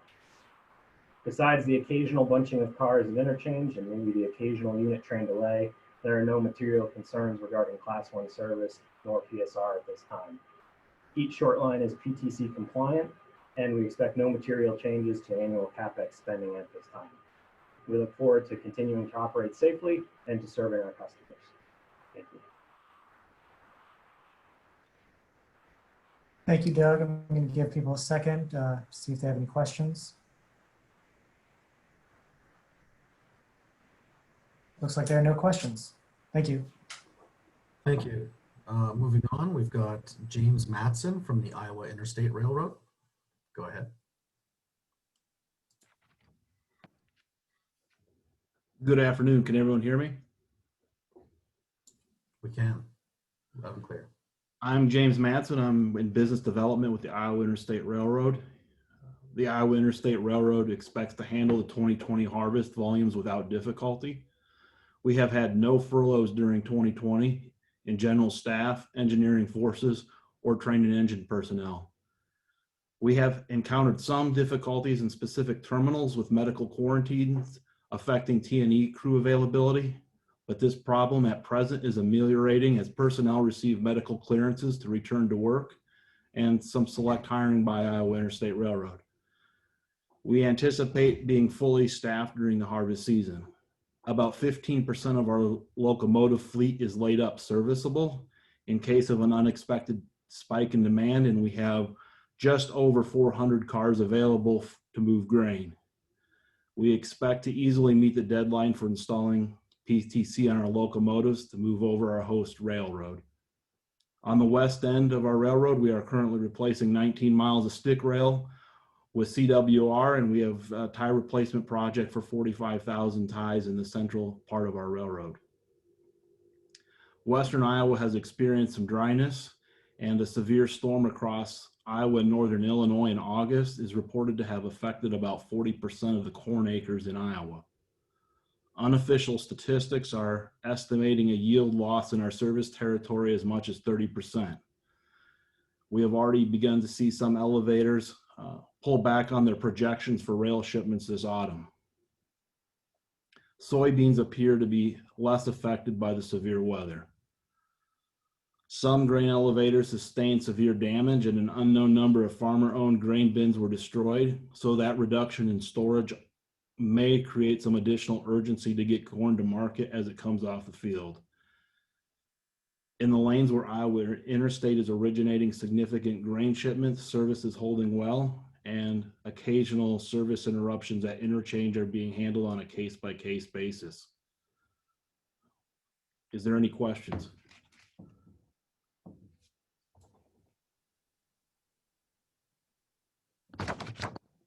Thank you, James. It looks like there are no questions. Thanks, James. Now we have Jim Lewis from Montana Rail Link. Good afternoon, everyone. Can you hear me? Yes, we can hear you. Oh. Actually, sorry, Jim, you're now muted. Okay, sorry about that. Can you hear me now? That's all right. All right. Yes. Okay, great. Thank you. Good afternoon. My name is Jim Lewis. I'm the Vice President of Sales and Marketing for Montana Rail Link. We're a Class 2 regional railroad that operates over 900 miles of track in Montana and Idaho, including 655 miles of mainline track from Jones Junction, Montana to Sandpoint, Idaho. In 2019, MRL shipped 492,000 total carloads across our network, and we averaged 23.3 trains per day. 22.7%, or almost 112,000 carloads of that volume was grain, primarily product that moves out of the Midwest, soybeans and corn, to the Pacific Northwest for export. That's up from around 102,000 carloads in 2008. We also originate right around 5,000 carloads of product in Montana. We service 24 local grain shippers located in eastern and south central Montana, including a unit train facility in Billings, Montana.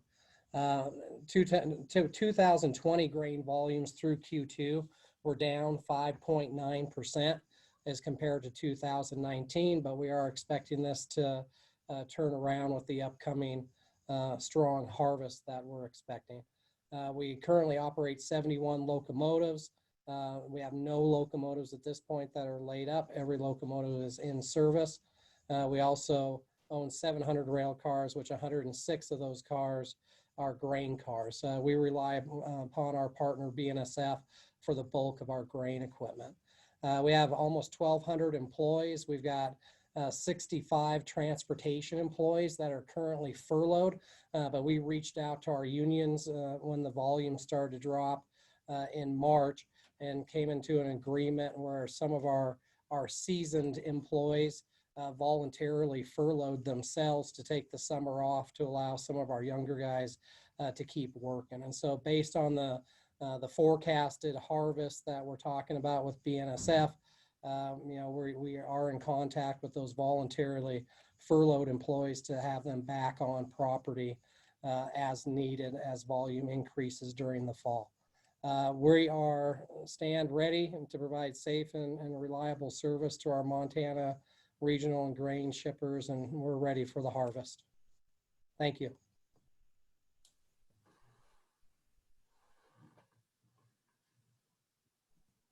Thank you, Jim. Looks like there are no questions. Thanks, Jim. Moving on now, we've got Michael Haig from Rio Grande Pacific.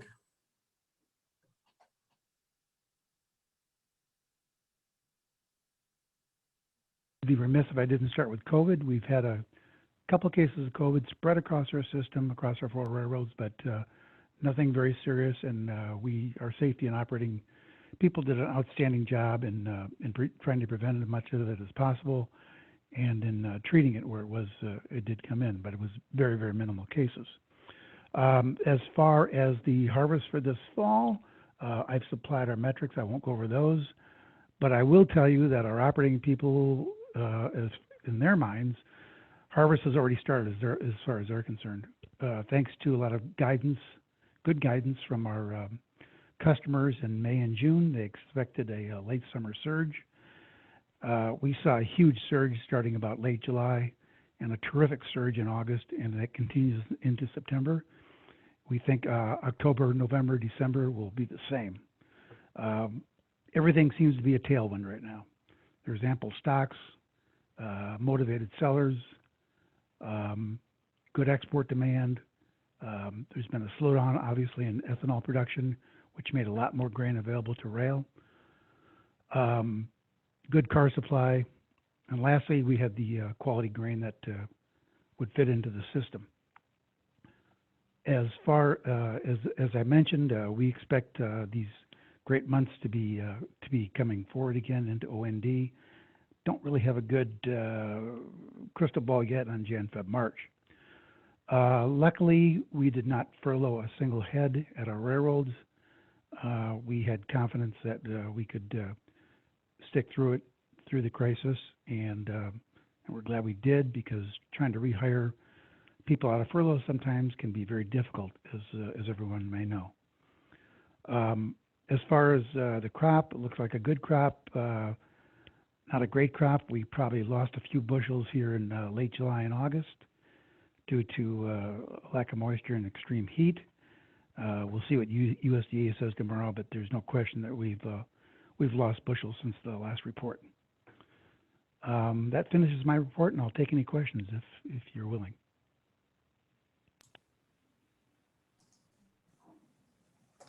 Thank you, Michael. It looks like there are no questions.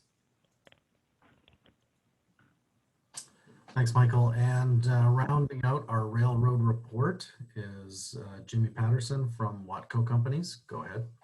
Good afternoon. Going to focus today primarily on 10 of our 43 railroads that are the bulk of our grain producing railroads there. Talking about our locomotives, we have roughly 159 locomotives across those 10 rail lines. It's about on par for where we were last year. We have just under 2,100 rail cars to use online moves to shuttle from the outlying elevators into the shuttle loaders there. Those 2,100 are primarily located on Kansas, Oklahoma, Colorado, Wisconsin, and Washington. No furloughs to speak of, held everybody on tight. The biggest news for us is really from a CapEx perspective. Looking at our South Kansas and Oklahoma Railroad, we received a KDOT grant to the tune of $6.4 million, using that to increase 31 miles of mainline track from 263 to 286 and 25 miles per hour. The second one we received was a CRISI grant totaling $40.6 million. And this is going to be 201 miles of track that stretches all the way down to Tulsa, Oklahoma. And this is going to, again, allow us to increase our track capacity to 286K and 25 miles per hour. These two projects on this particular railroad probably not get completed. It will not be completed before the end of this year, but we will look to reap the benefits of that coming into the Kansas wheat harvest next summer. On our Kansas and Oklahoma Railroad, again, a KDOT grant, $7 million in totality to upgrade 53 miles of our Hudson subdivision and 51 miles of our Great Bend subdivision to the same result, 286 and 25 miles per hour. The Great Bend subdivision was completed already, and the Hudson subdivision should be realized by the end of this month. Up on our Wisconsin and Southern Railroad, we did a bridge project on our Prairie subdivision, replacing 5 bridges, changed that track capacity from 263 to 286. Additionally, on our Waukesha subdivision, added new CWR and roughly 40 miles of new ties. And we're going to get that track speed from 25 up to 40 miles per hour there. The other smaller capital projects we invested in there on our Decatur Central Railroad in middle of Illinois, 20 miles of tie installation there to reduce some slow orders to get that up to 25 miles per hour throughout the entire subdivision. And then on our Hooper subdivision, on the Great Northwest Railroad, we made some changes there to reduce all slow orders off of that. Agriculture and food products down roughly 3.2% year to date. Obviously, the same thing everyone else is talking about, but we are expecting a very strong milo harvest in Kansas. Wisconsin is expecting a good corn and soybean harvest from what our shippers are telling us. So we expect to rebound pretty quickly from that, and don't see any obstacles or issues handling the harvest, so to speak, or as it stands today. We do have obviously Class 1 partners with all of the major networks there, supplying our shuttles with their equipment to get them off of the short lines, and we've had no issues or concerns with those relationships. So we feel like we're ready to go. Unless you have any questions, that's all I've got.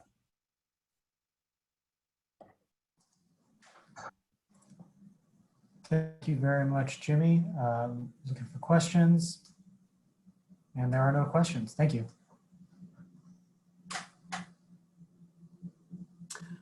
Thanks, Jimmy, and thanks, everyone. I just want to, we're going to wrap up the conference now, and I want to thank all the railroads for the thorough reporting. Mike Biloveski's dog fell asleep, but I'm sure everybody else was very interested. I know I was. And I also want to thank our speakers today. Really great information, very pertinent to the time. And of course, our shipper panel, really great guys, and appreciate you all doing this for us in the meeting today. I also want to thank Vice Chairman Oberman, Chairman Begeman, Board Member Fuchs, and all of the STB team for supporting this meeting and putting it together. Really appreciate it. And I just want to say I look forward to seeing everybody in Kansas City next year. And I'll turn it over to Vice Chairman Oberman for closing remarks. Thank you much, Jared. And it's been a long and very productive afternoon, so I'm not going to keep people long, but I do want to thank everybody for, mostly very positive reports from all sectors of the industry have been very heartening for us at the board.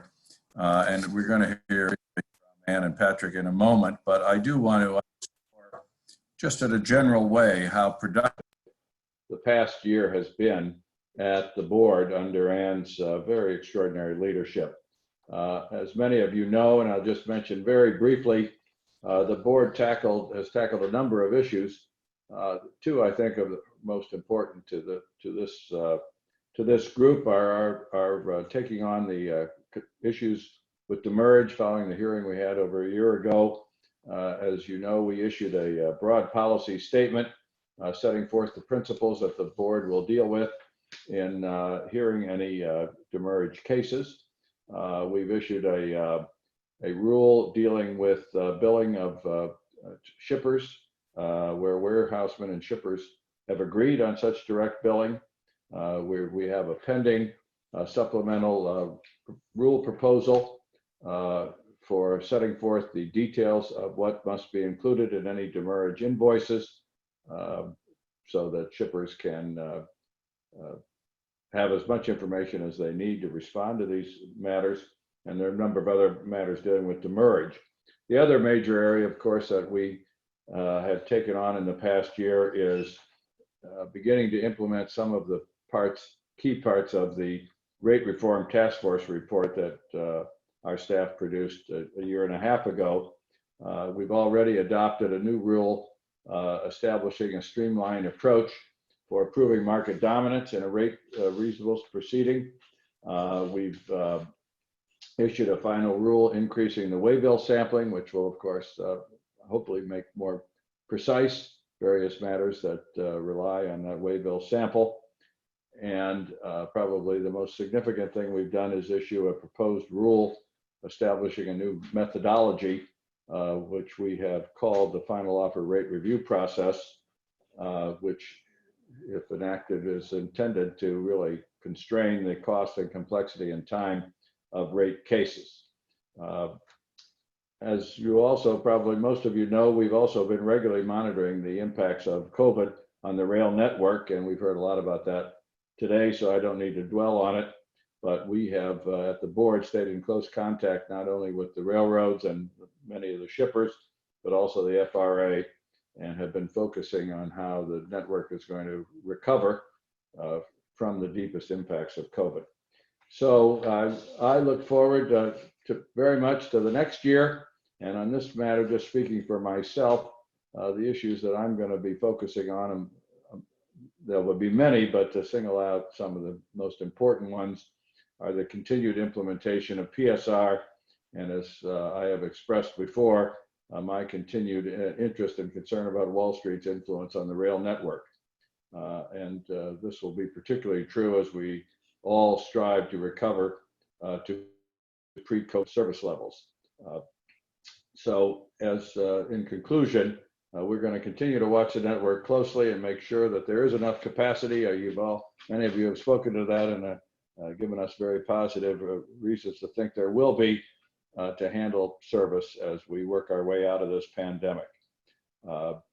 Finally, near and dear to my heart is ensuring as much as possible that there is competition in the rail network, because I think that's the key to a healthy network and minimizing government regulation.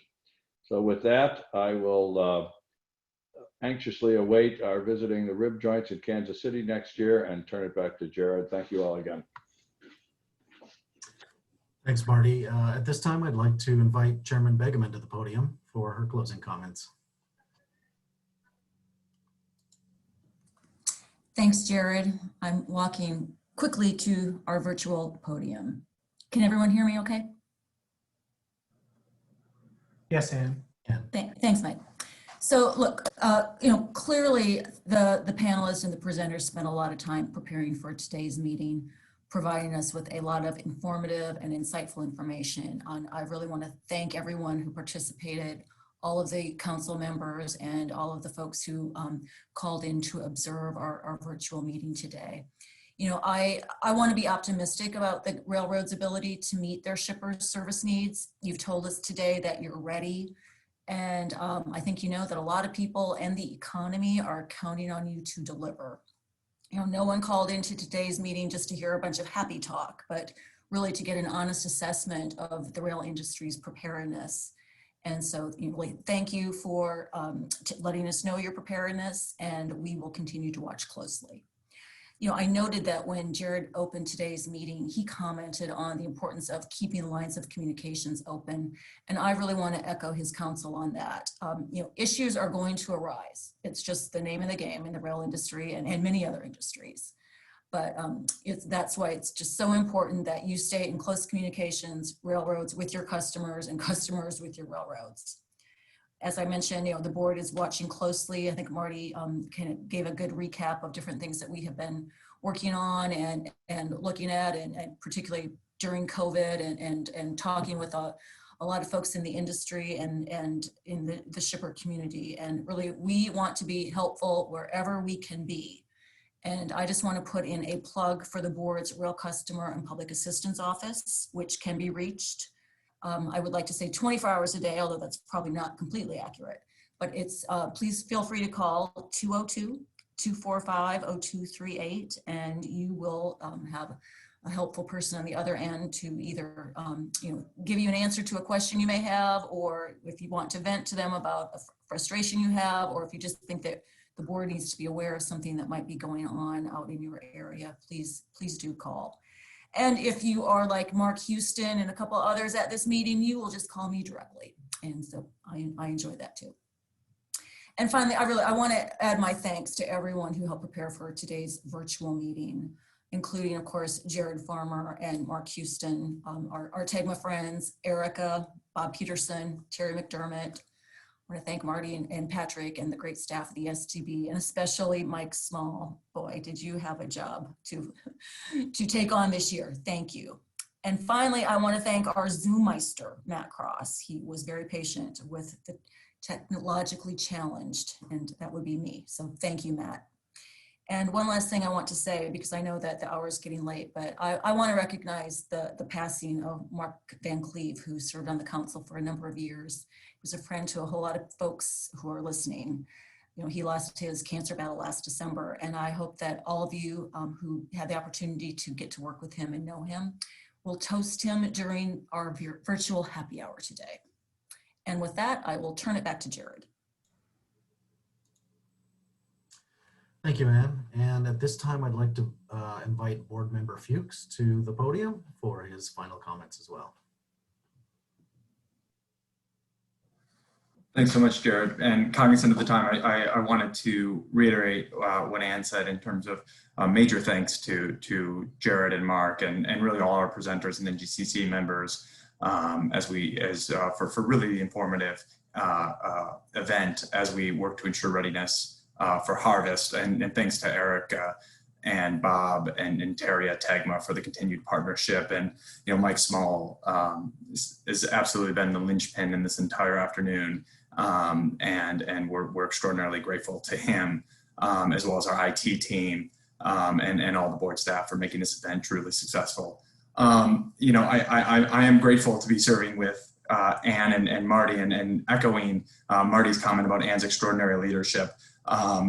We all of us, prioritize keeping the lines of communication open. And I want to just echo Ann completely that we are available at any time, as well as our CPA team. We're here to help. So, this fall and beyond, just please pick up the phone and let us know if you see any issues, or if we can be of any service to you all.